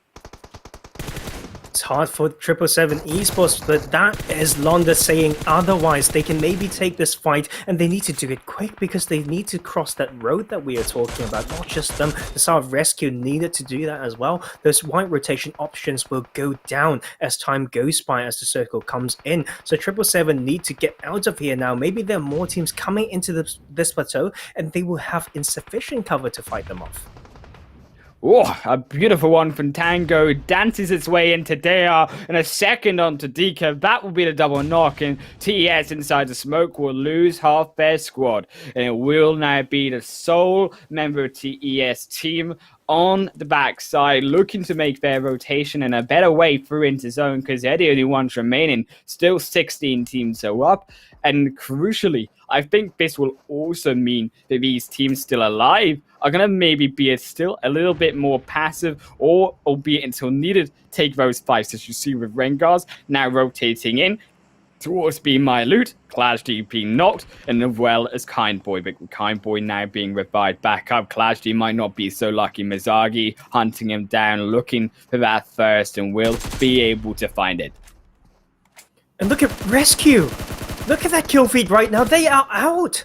I think they are completely out of the tournament. They went for a later rotation, I think, with the position known. Yep. They were completely wiped. And that is them paying the price. Like I mentioned, you have to think about what allows you to go into the next circle. If they keep fighting, they will need to face more than one team. And this is going to be even a harder one for these teams to show, because it's a HardShift going to the southern side. And the team with the name HardShift actually has some path to rotate in, but they have to first face off the side of Ki1, who is also sharing that eastern edge. But this is still going to be a fight going on our screen right now. BeMyLOOT is trying to finish the side of RENGERS right now. BeMyLOOT, they take advantage of RENGERS making that mistake and putting 2 members in the shed. A little bit of an error there, as they will feel that pain and that mistake. 2 members down for them, losing half their squad. HardShift also losing members, as TSC and Co on that eastern side will knock down multiple, as Unsania Sambra also fall. Lakonostra MVP, though, in the midst of it all, having their own fight against the Most Wanted, and they are a team that needs to not only win this fight, but knocking out Most Wanted would be a proper way to do so. Lakonostra lost some players early though, so they don't have the numbers advantage. And Kid just need to know how to bait for his teammates. The 2-2 split is now still strong, but they do bear in mind this is on the edge. If they stay on these type of elevation for too long, as teams come in from other parts of the map, they can not only get knocked, but can get finished from these positions. But they don't care, because from the outskirts, Most Wanted losing one to the side of Uncles, rotating in for even more. But they have in front of them even Wild Esports rotating, and that distraction will be enough for Simple to be knocked by the Tide inside Graveyard. It will be insane now for Uncles. Not going to fall down, though. Keeps up the 3 members alive. And Lakonostra MVP, they're starting to have loads of these teams, loads of these players around him. Even Shoxy, that grenade doesn't find his mark. Maybe throws a second. Will be the Molotov there through Shoxy, but he finds one in return. And Nori has to move into the wall. Will keep himself alive. The angle, not quite right for Suns Bowden. Just need to time this rotation now. Lakonostra need to think what resources they still have. The vehicles is so important if they want to grab more points. They are not even in that range yet. But 777 Esports is out. They continue to struggle when it matters. So this is so huge for some other teams. I know, like HardShift lost one, right? But they still got a spot there and they're still holding strong. And 777 is one of the competitions. With them losing the life early matters so much. Lakonostra down to 2 as well. Need to defy that possibility. They need to defy those odds, and Shoxy, the last one standing, continue to cause troubles for many of these teams. TES team also eliminated away as Uncles now lose one to Wild, and Uncles will permanently lose that member as Simple as it will be to confirm going through. Royal Knights, they have held on to this position round Graveyard this entire game, and now is the opportunity to show it. Coming up here behind TSC Legends, who with that grenade will completely find themselves out of this third game, and now the onus on TSC Legends to make it into an epic game 4 if they want that opportunity to take those top 3 positions. The upset from these teams from down under are making it happen as that Graveyard finish shifts once again. 0 players inside, only Uncles now making their car rotation in. That is massive for so many of these teams. Just look at top 6 right now. Number 1 and 2 RESQ, right? And TSC Legends out in this game. 777 Esports at 5th, out. Lakonostra, only 2 players remaining. HardShift and Ki1 can maybe enter, and they need to capitalize on this. Now they need to crush those streams when the gods of PUBG are on their side. And who would have thought Vendetta is the team who maybe crush the dreams of TSC Legends, stopping the momentum completely. And the Uncles are trying to do the same continuously in tonight's lobby. It will be Gaijin, though, who will not lose for now. Although they've had 2 members being knocked, they return 1 knock against Uncles. Now you see Prada moving in against Arga, but won't be able to find the peak shots for now. And Adobo on the other side, looking to try stop side of Uncle's aggression. The Molotov going to come out, maybe try find some time to buy for those revises. The grenades going to knock down Prada even further, but Insane will be completely knocked away. The grenade won't quite find Arga, but puts him down to just 1 bullet will do it. And now he keeps himself alive, though, instead. Keeps himself in play as Dober comes round the side, gets a first aid med kit off, and that will be crucial because now he takes down another for Gaijin, but it won't be the flush. But now he still keeps himself alive. Arga pulling it off on Adobo so low as well. 1 more bullet into each, and Adobo saves it from disaster. Gaijin Seraphim can breathe a sigh of relief for now, as now TES move their way in. Haga, what the heck was that? He almost made it work, but Gaijin is strong still. But TS didn't make that time, took that time to do a third party, and that's Lakonostra out at 10th position. So that is disaster for them. It's down to Ki1 and HardShift to make it work, but Lotus lost his life in that vehicle explosion. Ki1 is in here to win this. It is the door wide open for Ki1 to take this chicken dinner from everyone else, as Lakonostra MVP also fall out of the game to just 1 member, I believe now, is Gaijin Seraphim. holding strong inside this zone, have the position in their hands. So do Most Wanted, looking for a position down into the north of zone, but Vendetta are in front. Bilal will fall down completely as 12 takes that one away. Just Aiden now alive. I can't even see properly what teams are still in there. They are falling like flies. And look at that middle circle. Actually, less hilly than day one. We rely on those ridges in that end game, and no one actually wants to go in. But we've got Royal Knights actually making an entry spot, and Most Wanted want to clear out the side of Aiden, and Vendetta fell at 7th place, and 12 almost lost his life, but this is good. They've got a lot of information position to find out what the middle zone looks like, and they can maybe claim that northern edge. This zone now going to close in as phase 6 she's a climax. You see Royal Knights on the outskirts to the east side, alongside the rest of these teams, with BeMyLOOT even coming up for that sandwich onto Ki1. Will be TES on the opposite side to find one onto Gaijin Seraphim with that nade, and with a second, we'll be able to now eliminate Prada completely from this match. Gaijin onto their last legs as well. Let's not forget about TES team, 114 points. And so still at the 7th position. One pop-up game from them can actually change so much, and BeMyLOOT actually not so good when it comes to the points so far, but they are strong in this game. They've got 4 kills and the full team. Not a lot of teams get that numbers advantage at the moment. It's so important that guys are now relying now on the rest of these teams up in the leaderboard as well, who fell down early on, to now stay alive and be able to pick up these big point wins in this final Miramar match. But Royal Knights, they won't be able to do the same as they lose 2 members. Ki1 also falling down as BeMyLOOT, they crawled their way into that sandwich of Ki1, and they're looking to now make it a full 4-piece topping for themselves on this kill. It will be Clash D inside the zone, dips back out to try find a reposition, but won't be successful. Hisoka goes down, but Moha also in return with Hisoka, makes it the 3rd man, and BeMyLOOT will pick up the kills that they need. Ki1 also eliminated in 6th position. Nemo with the sweet flank making it work for themselves, and they can still upset this leaderboard. But just look at the teams in here. When it comes to the qualification to PMPL, and that is TES team actually with maybe the chance to grab themselves a lot of points that matters here. And same for Most Wanted. They've got 9 kills right now. This is the game that they need. They are finally showing up in Miramar.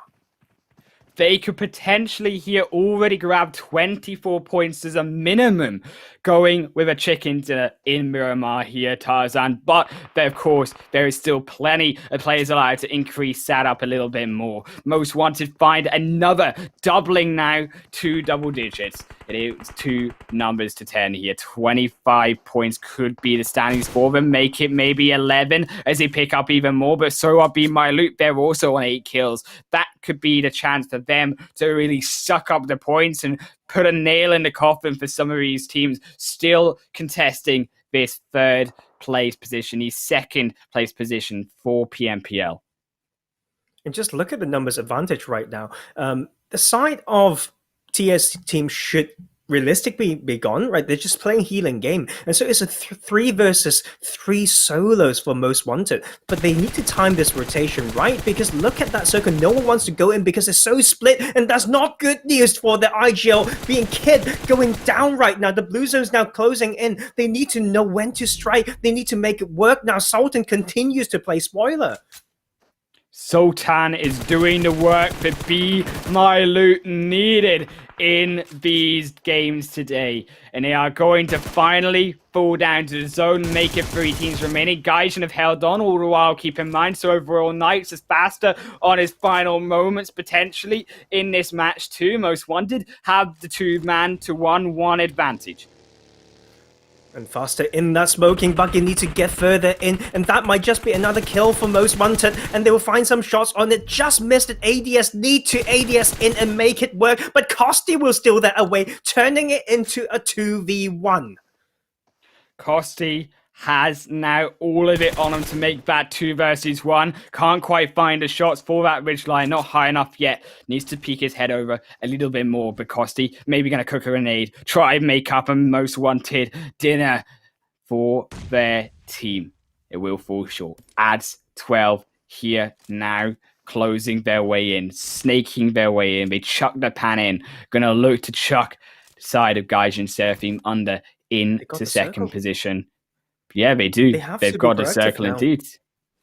They have to be proactive now. They need to use that ridge. They need to split up a little bit. They need to pinch the side of Kosti. They can't even allow him to die to the zone. Every point counts right here. 17 meters to go. Kosti may be completely out of utilities, but if he can just use one nade to opening it and turn it into a 1v1, that can be the play that he's going for. It's going to be up to Kosti to make sure that his aim is true in these final 2 potential kills they can grab up. Would be 7 points in the chicken dinner. 22 points would bring him crucially up into that 5th place position. But Kosti now needs to rotate through the smoke to the second rock line here. Needs to take out ads coming up in front of him, but it won't happen. 12s from the outskirts will find it in most wanted. 11 kills take themselves the game.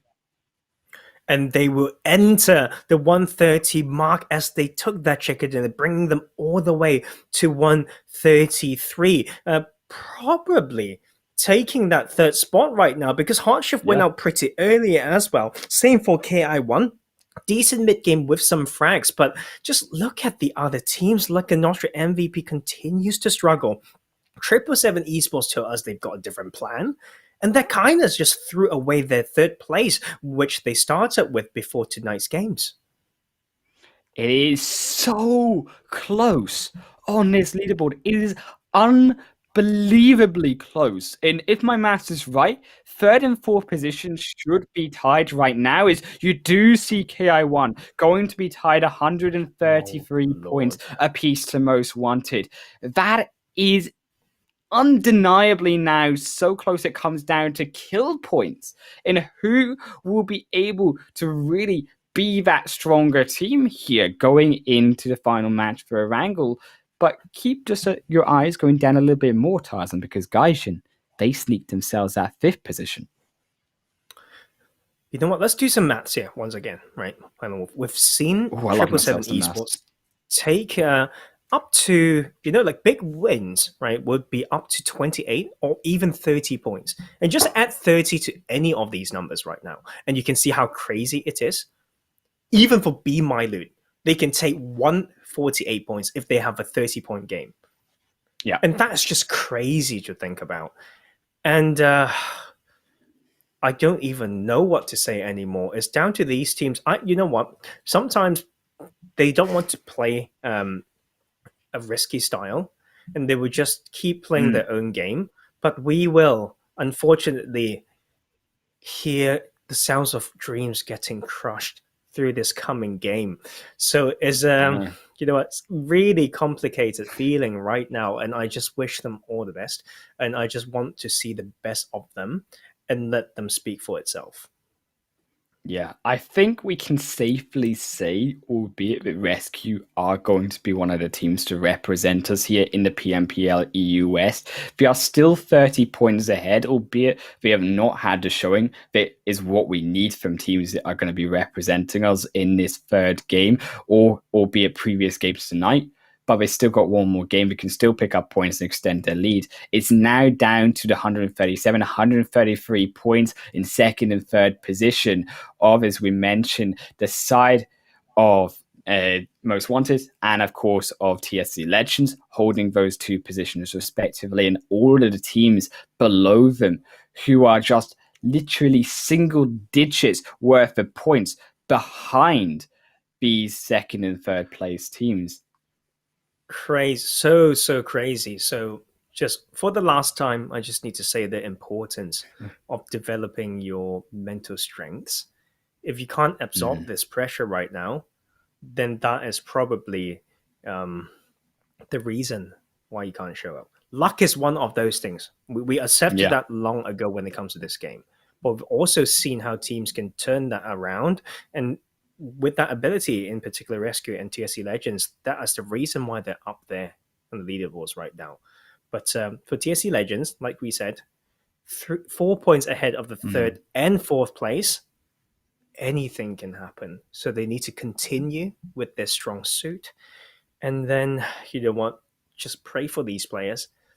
Everything, who knows how this world and universe works, right? Like your extra little bit of encouragement, one DM right here and there, a timely hug and this and stuff like encouragement. I don't know, you being a fan, maybe you can be that special factor to change all of this. And just don't look away, because it's officially the last game of the PMCO UK. And just look at the leaderboards. One more. Might be One more. the tightest across all the PMCOs. One more, and we'll see you all in 10 minutes.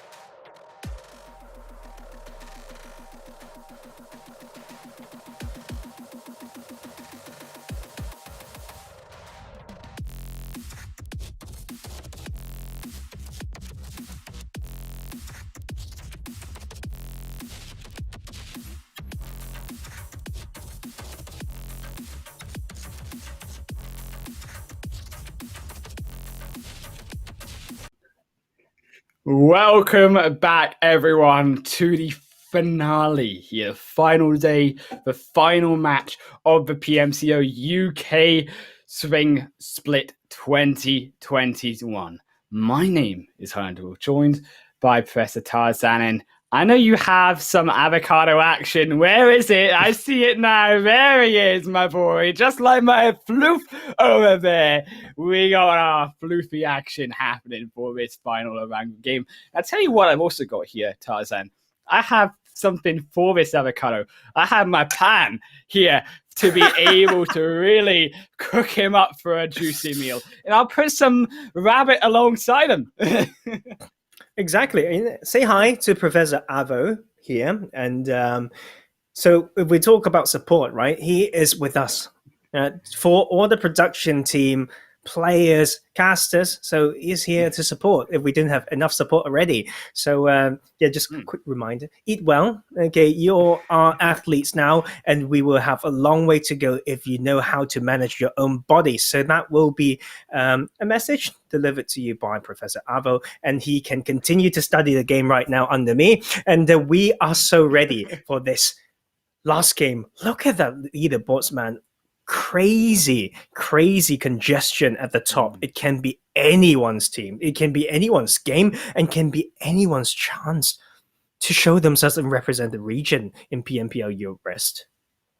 Yeah, we see RESQ here, as we mentioned before the break, pretty safe here going towards the PMPL EU West. But second and third position here, TSC Legends, most wanted. They are the ones that are not safe at all here, Tarzan.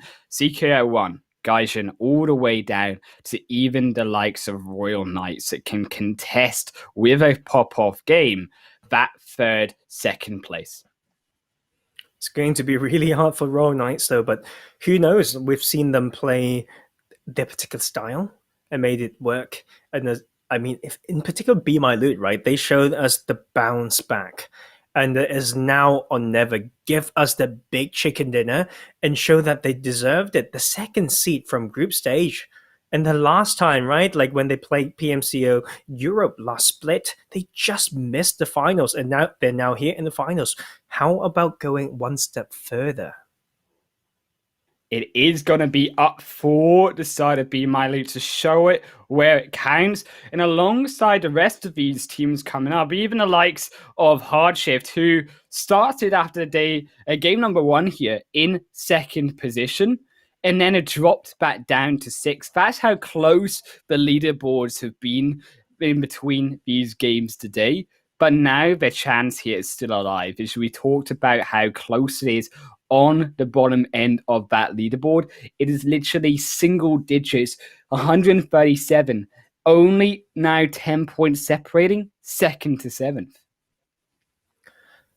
I don't know what to think anymore, Highland Wolf. You know, we just want to be very spot on with those kill feeds, so we kind of know the numbers advantage coming into those fights mid game to know how likely we hear the sounds of the dreams being crushed by some of these teams. And you know what? Good luck to all of you.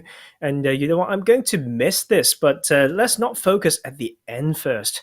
We've got so much action in front of us, and we just need to see. You know what? Should we make some predictions, right? And I will make the first easy one, Highland Yeah. Wolf. I think Lakonostra MVP will go to Therapia or the side of Lapovka. Oh man, here we go. Okay, I think in terms of 777 here, and I risk it because I know how adaptive they can be, go over to Novo, and I also think that Royal Knights will be the ones to join them down on that South Island. But what I'm interested in as well here, Tarzan, is there going to be another set of teams going to be joining them? I think that can be really likely. And I mean, the uncles in particular haven't shown any particular compound that they want to go to. They drop Milta, of course, but it's not been the case in this finals anymore. We've seen them, the team that's shown most like aggression and intention when it comes to hunting down these teams. Mm. Like, and they did that to HardShift on Sanhok around Cow. And I want to see, you know, like if I'm HardShift right now, noticing that we've been targeted, right? Would we actually go away from Saverni? Like, if we do, where do we actually go? Yeah, it's going to be up to how these teams, I think, initially drop and how these teams will maybe rotate out. Because as well as rotations, you got to rely that that plane path goes towards you, and you got to rely that even that zone goes towards you. For all we've known and for all we've seen in this competition, I would not be surprised, Tarzan, to see an absolutely brutal zone, but it's all up to chance there. In terms of rotations, it's all up to strategy for these teams to get a move on. And then we are so ready to go. Are you all ready? I know I am. And let's go get it. And we will have that plane path going over. From where do we play this game anymore, Highland Wolf? It's going to be from that northwestern side. And it should go through just about the east side of Everest there. And it's a pretty western plane path. So we will need to see teams once again giving up on those positions that they love so much on the eastern side. Yeah, we see teams over that like Most Wanted in Kameshki into TSC Legends Mansion, over in Lapovka for the side of Lakonostra MVP. What we do still have, though, is George Paul up. What we still do have is that southwestern coastline and even military base up for the majority of these teams. And you see, interestingly enough, look at the north side, though. See Sort of Sons of Odin going to be dropping alongside HardShift, looking for that early elimination. Out of all the teams, Sons of Odin's the one that I didn't expect to try to ruin HardShift's game. And this is going to be so spicy. So just look at HardShift right now, getting pushed away, can't go to Saverni. Where would the resources be? Shooting range is really limited on that loot. And the Most Wanted as well, forced to go onto that coastal line. I think they will just find some cars and continue to place this slow game right over to Yasnaya in particular. And we can also see the side of Gaijin actually not taking Georgia Pool this time. You see Gaijin going to switch it up, going to anticipate those teams going to be crowding around Georgia Pole. And you can tell by that drop that Gaijin do not want to take early fights. They want to make sure that they can survive long enough to be able to make it into some placement points too, on top of the kill points that they want to pick up later on. I am interested as well, though, in the fact you see Vendetta also looking to upset down that south end, dropping alongside Royal Knights and alongside 777 as well. And RESQ, I mean, they are a team that other teams want out, but they're kind of comfortable at that top right now. With so many teams around them, it's actually bad news for other teams, right? If it goes over to RESQ, then the teams that need these kill points can't really grab it. And of course, Sons of Odin, another team to try to upset things right here. Now they've got Saverni, still got to rotate into the circle. But this phase 1 circle is so interesting, Island Wolf, not because it complements the playing path or whatnot. It's because it's something that we've seen over and over again in PMCO UK. And these teams should know by now what compounds should be free, what rotation paths these enemies take, and they need to get that edge now because Gatka is so open with those open views in the middle as well. They need to find the prime spot if they want to really get to represent our region in PMPL. It is going to be, as we say, do or die, really more so do or die than even Miramar, because with that leaderboard opening so close, I think some of these teams have hit a golden, really shine of light here in terms of from the heavens down into their points, because of the fact that some of these teams who are on the top in that third game didn't make it. In fact, the majority of those top teams didn't make it into the final placements or get kills. So they've been saved in that sense. And a team like Most Wanted still have a chance because they've been able to move into that third position as a result of it, because they've now had that chicken dinner victory going alongside them. But we can see just how easily in the past that teams can be eliminated. And I think for the majority, at least of this early game, I would not be surprised at all to see the most passive Erangel game we've seen all competition.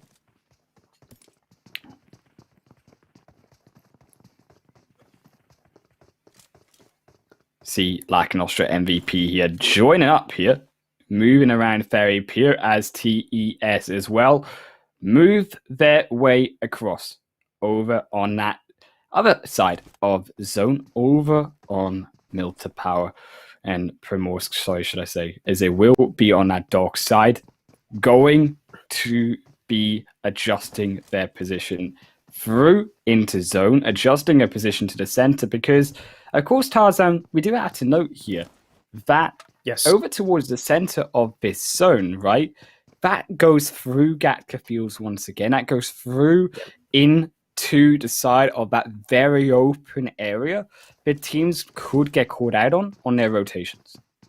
Yeah.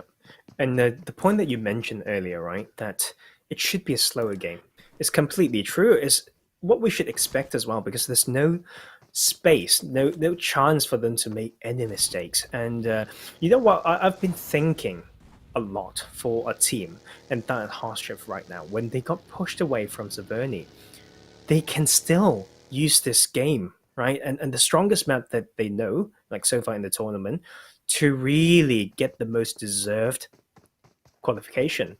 Because they got pushed away from Saverni down in kind of in the middle of nowhere. So in the likes of them showing so much strength in rotation, they can maybe just find a way to go to the eastern side, maybe to first grab some loot, because in the past they've been playing that slow game, but they rely on an empty Saverni to first loot up, then go for those rotations. And this time round, they are put to the test, and I actually want to see them perform and you know what, show us why they deserve it.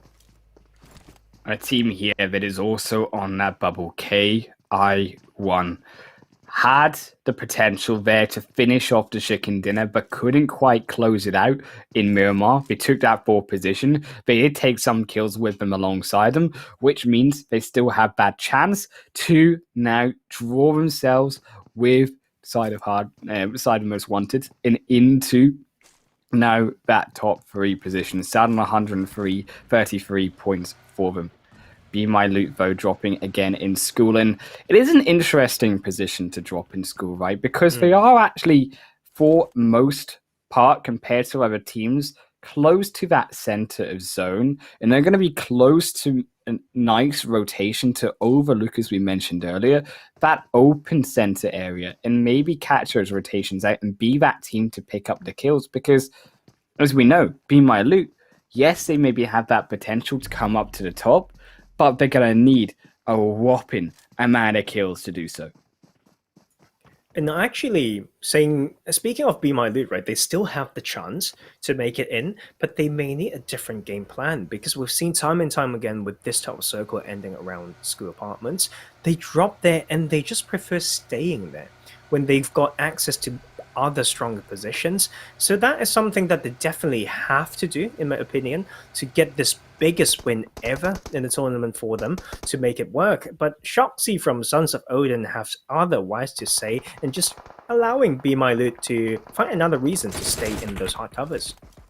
Well, BeMyLOOT do blow up their first knock, and it will be their first kill, potentially going to go ahead for them. Sultan rotating around Sons of Odin and showing them why they are the team ahead of them in that leaderboard standings. Kindboy also keeping strong in that open field as Sons of Odin make that retreat. Albert and Sambra going to be on a new path out of there, keep themselves alive to maybe upset some more teams. And this is not a great position to stay for too long. I think both teams need to start scouting further to the western side because we talk about Gatka fields, right? And if it ever finished there, the teams that got those compounds will have so much priority and strength against the rest of the lobby. And but we need to see how they play it. And the side of Lakonostra as well have made the big rotation now over here to control a lot of these open grounds. And because they know there's multiple teams that may need to rotate through this south side or coast side area, and they can maybe farm further. And they just still need to play this a little bit slow. And we will need to see the shift. And it will actually have most of a little bit of the Southern Island still in play. So for a team like Royal Knights that's still got some slim chance to come in, they need to see how to cross right there because Vendetta is once again in here trying to stop some of these teams for when it comes to grabbing points. And TSC has a strong middle position and need to see how the rest of the team comes in. RESQ, we talked about them when they are forced to play edge. They can't really show up that much, but of course they're all the way at the top now. But how about Most Wanted and HardShift? Both of these teams need points, but they may just clash on the eastern side. You talked about Royal Knights. To tell you how they rotate is through that eastern bridge, up through farm, and along that coastal line, away and out of sight from some of these teams. But because they held off in that rotation for now, Most Wanted and HardShift is actually going to be stealing that core position and entrance away, and it's going to make it quite tricky for Royal Knights to make their debut into this final match and contest some of those kill points, which, keep in mind, also Royal Knights are in desperate need of. And I'm actually just clenching my jaw and every part of my body right now. It's just so scary to watch some of these rotations, especially for Albert to take a knock on TSC. It's not what you want. The point doesn't need to go over there, but TSC is a team that you don't want to see them out early. I want to see, you know what, the final circles to be a battle between all these teams that still have a chance. If TSC almost wanted fall out early of this game, there is realistically zero chance that they will qualify. And same, of course, definitely goes for all the teams in fourth position downwards, still very close to those qualifying PMPL EU West positions. One of these teams looking to try come up from that 8th spot, only 8 points away, Lakonostra MVP, and you see even 777 just below them, 9 points away in 9th position. And so many possible Cinderella stories here because we can see in the likes of Gaijin Seraphim as well. They spoke like they just want to get a little bit more out of the tournament because they were quite far down. But they're now at 5th position, just 7 points away from 2nd. And I just can't, I think my heart can't take it anymore. And that is just how crazy it is. And all these teams still trying to get a way in. So they need to use all their knowledge and skills in scouting in particular to find themselves a spot. It's fine if you want to play edge. If you want to play safe, then guard it, right? And know where to scout, which spot you may want to take. And it's now or never. I hope Professor Avocado will be able to find you some heart relief here and find a real strategy to recover. But recovering for these teams and the likes of TSC Legends inside the midst of these fields of every other player rotating in, it, yes, could be a massive amount of kills that they pick up, but it's risky to take the center position as a team still so close to being potentially eliminated if you fall down early. because they've not found those shots. It's still 16 teams alive. And this is not good for Ki1. They need those points. They are tied at 4th position right now, and they just need to find a way out because Hisoka is completely choked behind that position. TSC is a team that you don't want to give the points to, and they will be choked there, and it's nightmare for them because we have a Western shift. And you know what? That just allows the side of RESQ to get an easier entry, and it will make teams like HardShift and Most Wanted suffer right now because look at that landscape, man. Like the majority of the circle being open, the more hardcovers are on the eastern side, and most teams are actually on that southeastern part trying to get in. HardShift needs to show the biggest brain wide rotation if they want to qualify for PMPL. Well, I've been taking a page out of your book, and I noticed the TES team are rotating down to those edge of Forest Hills, overlooking that massively strong edge of coastline compound. But you do have to keep in mind compounds here in terms of Vendetta and 777.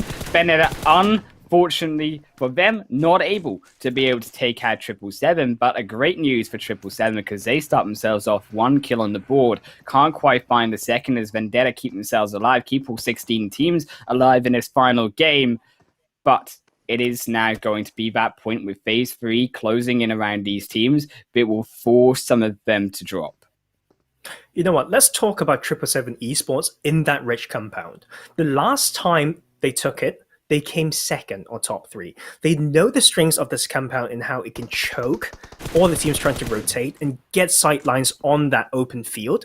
And they can still comfortably play edge using this because they can get so much information in those open ground and just farm for now. Because like you can't play center all the time, and they know that sweet transition point when they play this compound. And I can actually excited to see how they make it work in their favor. It will be even interesting to see as we talk about the strength of those edge of Forest Hills, how Lakonostra MVP, gatekeep behind them TES, and in front of them you even see Ki1 holding that shed and that one building to their name. Royal Knights also find though one onto Moha, and Ki1 not looking so pretty as they lose another of their potential chances to take these points and take these games away from others. And it's so hard for them. Down to duo, and they're in the house that are being looked at. The limited escape strategy from there, or I should say, very predictable when they try to escape from that. And that is the problem for Ki1 right now. They need to know how to grab the scrapes of point and wish for the other teams to do some work for them, because that numbers disadvantage is going to be really, really hard to fight off. And we are going to have a little bit of an action very, very soon because the congestion is on that southeastern side, and the shift will go over to the western part with, while Esport having one of the strongest compounds, not quite in the center, but RESQ is there to dominate. Maybe they get access to those hills, and it's a very open finish. So think about your cars, think about your utilities, think about the timing of the entrance, and all the best to all these teams. RESQ going to sit on the edge, but a team that I'm interested in, we talked about even in the bottom side, RENGERS right at the bottom, 16th position, going to control one of those strongest hills alongside even while Esport inside the zone, 14th position. The upset could really be real here going into this 4th and final game of the entire competition, Tarzan. For these spoiler plays. 777 also trying to dodge their way and through into zone, but it won't be so successful. We lose one. Royal Knights also lost Starboy in a rotation, and Lakonostra MVP showing us why these hills are so strong. They need to keep moving, though, because we can see how 777 Esports went for that early, and they've got a reason for that, right? They can outlive a few teams, but they've lost all their vehicles in there. And Spartan from HardShift tried to do the same, but will not be able to establish that anchor point, and they still need to try. HardShift is still trying to cruise through. It's not going to be easy. TSC found another shack in here, and this is the good one. This is the experience coming through because they not only found that cover, they've got enough sides to cover their cars, and they have a little bit of elevation. They do have the elevation indeed here, Tarzan, but so do 777 have the movability with their vehicles, and you can see them starting their engines inside the smoke, using a utility to block a road out of there. But inside this zone, TES are now crashing onto LN MVP, more grenades flying their way, and it will be LN MVP losing a second. It might be closed doors for them if TES can take the final two. The engage comes in. They are Dika from one side, Ali from another, just down for Danny. Can he hold off with Senso? The engagement, one falls down. Ali also drops. Now DR comes in, 2-2 for now. Make it 2-3 and make it TES down. 4 kills for LN MVP. They keep their chances alive. And TES team got their dreams crushed by another team who can't go out. Lakonostra is holding strong still, but they have a very good team next to them. The Uncles, very desperate to take down these top teams, and they are in here to maybe destroy more of these teams. And Lakonostra will hold strong still, and they want this compound for a very good reason. It's on the edge, it has elevation, and it allows them to look at the rest of that open field, and they also grab all this loot from taking that fight. The clutch came through when it mattered. Uncles dishing out onto Sons of Odin to warm themselves up to fight in front, but also Royal Knights losing now a second as well. So will Bowler for Wild as BeMyLOOT pick up another crucial kill and knock from there. Inside Dovis edge, Uncles are gatekeeping away on that zone, and MVP better hope that doesn't go up north because it's going to be a nasty zone, but it will. And that zone will go over to BeMyLOOT, Gaijin, and RENGERS. Oh my god, and I can hear the dreams maybe crushing for HardShift. It's so hard. The HardShift goes against HardShift, and they need to find a way in. Down to 2 players, they can't do anything too risky right now, so they just got the entry spot and they need to hold it stronger. BeMyLOOT may be in position to win this. We've only got 20 more seconds to go. Lakonostra MVP need to come up with a good plan. They can't rotate early because they're too far away, arguably the furthest from the zone right now, and they need to find this time. And they also know there's a team next to them, so maybe they can get a few more points before rotating. Let's see how they do it. Uncles won't give them it though. They'll rotate on the opposite end of that blue zone closing in, but TSC will find another onto Royal Knights, trying to end it for them as well as Ki1 look to try pick up those rotation kills. Is faster, also now knocked down for TSC Legends. Will also now eliminate another of 777 here from Tango. Uncles, Eslam caught slow in that rotation, will be punished for it. Simple also knocked, and now Uncles might just be the end here as it will fall down their squad in 14th position. 13th for HardShift as they also will fall out. Most Wanted as well in 11th position. And Lakonostra took matters in their own hand and destroyed the dreams on HardShift. But they need to hold this even stronger. They need to rotate a little bit more, and they can just use this for now. Look at all the fights happening. TSC can stab them from the side as well, and RESQ is in here to control even further. RESQ eliminating dreams as they dissect away 777. Only one now more remaining player. Tango's just going to die to that zone phase 5, engulfing them and put them down into the end of dire straits here. It's now RESQ holding on 3 kills. The 4-man squad still up strong. BeMyLOOT, meanwhile, picking away kills slowly, extending maybe their position towards the center of this zone as phase 6 about to shift back onto our screens.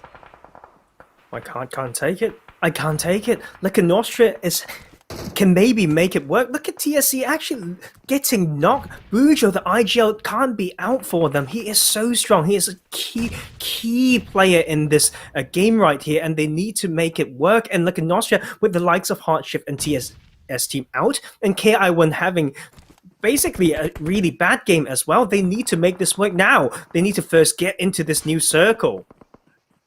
You see the rotation that north side. Most Wanted might be able to find that crucial pick for themselves. but it's still going to be tricky for them to find a positioning. Coming over that hilltop, it's 777, desperate UV, the final player to make that rotation in, but will be curtains for 777, will not qualify for the PMPL as they fall in 10th. And Most Wanted actually has no congestion, won't have any resistance on the northern side, but they don't have the player's advantage. So they need to play this very, very carefully. So that will leave that momentum on the side of TSC. And just look at BeMyLOOT as well. We mentioned them actually having a chance in here, and they've been fragging pretty decently so far. And who knows what's going to happen? And the move is now finally happening from the side of Lakonostra MVP and BeMyLOOT trying to destroy the dreams of Most Wanted. They will pick apart Tadazika, the crucial synergy player they brought on board, out of this final match and out of the competition, while still alive here to make some upsets happen in their hands. But now maybe just B kills their way towards BeMyLOOT, picking up even more knocks. Going to chuck back grenade over to try find a final 2. Yes, they will. It will be 6 kills now going BeMyLOOT's way. Who knows what's going to happen? This type of hills is testing all the game knowledge right now. They need to know which exact rock or tree or even dips that can give them the winning edge. And this is BeMyLOOT needing to push through even more. Ki1 can't go out right now. They need to push off the side of RESQ. RESQ are probably going to be crowned the best teams in the UK, but they need to clear more teams to show that further. RESQ, though, their final game, they always show up strong. They always clutch it when it counts here, Tarzan. In these final 2 days, you saw that be the case. Ki1 are on their last legs as well. Still potentially chance to stay alive, but they have to make that miracle play, that miracle 1v4 happen as Tick comes round the underside to try finish off Hackshot. The first knock goes their way as Hackshot looking to make the second, but will have to hold strong now. Still Blood half HP as well, but Coyote's in front of him with the full health advantage over Hackshot. That phase 6 zone, all the meanwhile closing in. And Gaijin is in here still as well. Let's not forget about them. They are only 7 points away from the second place, and they're trying to put so much damage, and TSC is out at 8th.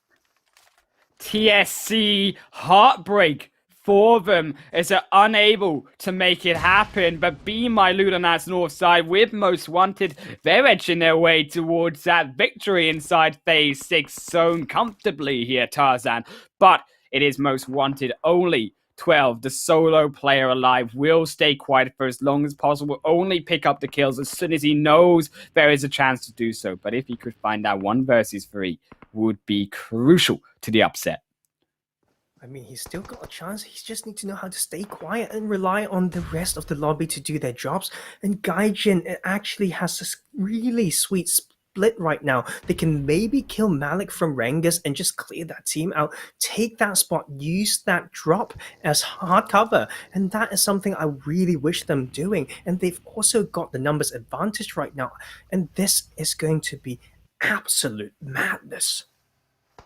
It is going to be so tense, the final couple moments going into this final match. The end of the UK competition at its climax here as Most Wanted will fall out in 7th position, quickly followed by Hackshot in 6. And that will be Ki1. The door also closed and then by RESQ as they make their assault over now towards Lakonostra MVP.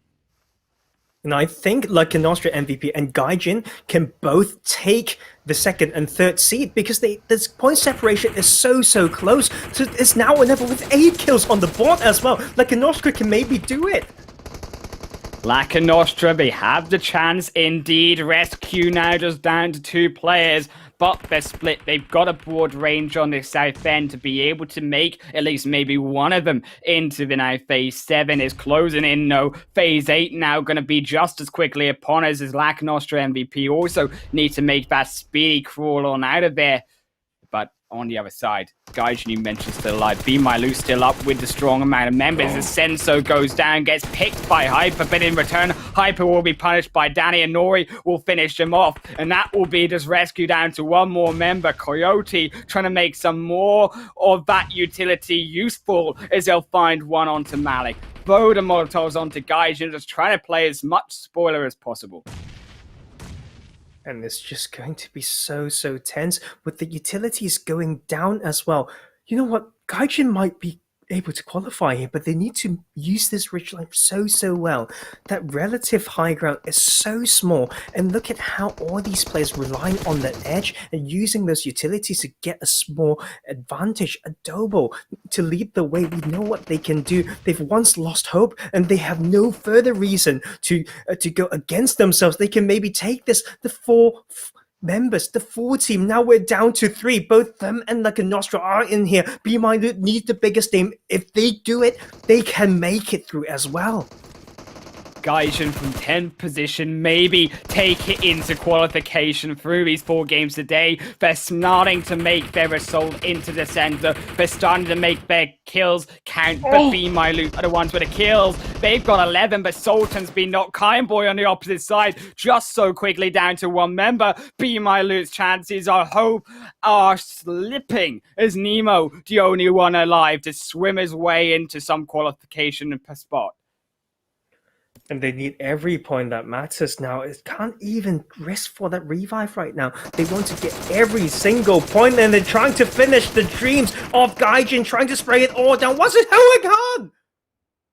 It is going to be Gaijin. It crushes the door on BeMyLOOT. Danny trying to make it happen to Gaijin, but Prada goes down, and Danny will also be matching it, as it will be Gaijin here to take the chicken dinner in his final game. They will, with that result, qualify here as well, Tarzan, for the PMPL EU West.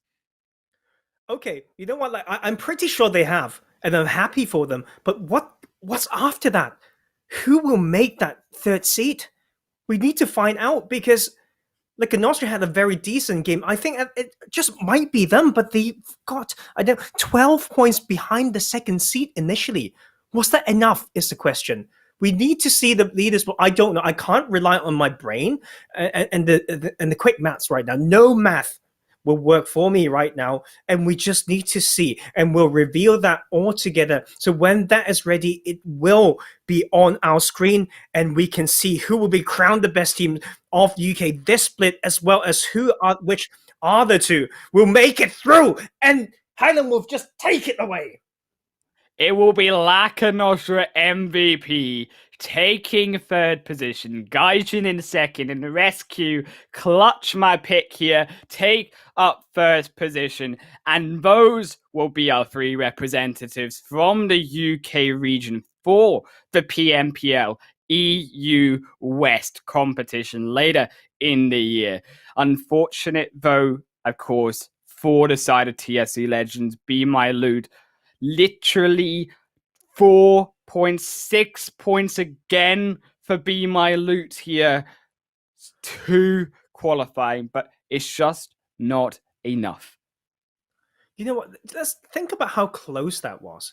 BeMyLOOT could actually realistically qualify there. The point difference when it comes to placement points between the 1st place and 3rd place is 5 points.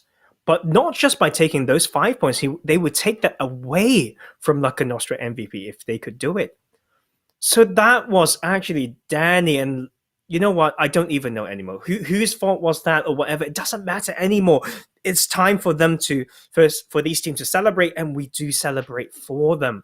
But BeMyLOOT had such a great run. Same for so many of these teams for making it so close. But Gaijin Seraphim was the definition of the Cinderella story. I kind of want to go back to see how far they were from that top, and now just comfortably sitting at the second seat.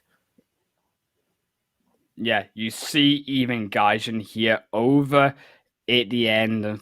Unfortunately, they didn't have the best 3 games, but they managed to make it count on the final day here, and they maybe will be able, of course, to make it count over in PMPL EU West. We gotta hope that our 3 representatives will be able to show up strong for us here in the future of the region. But thank you, of course, to all 16 teams, as you can see on the screen, for participating, making it probably one of the most epic competitions here, Tarzan, that I could have actually asked for. And to make it literally individual digits of points to being that final match, the deciding match to so many of these teams.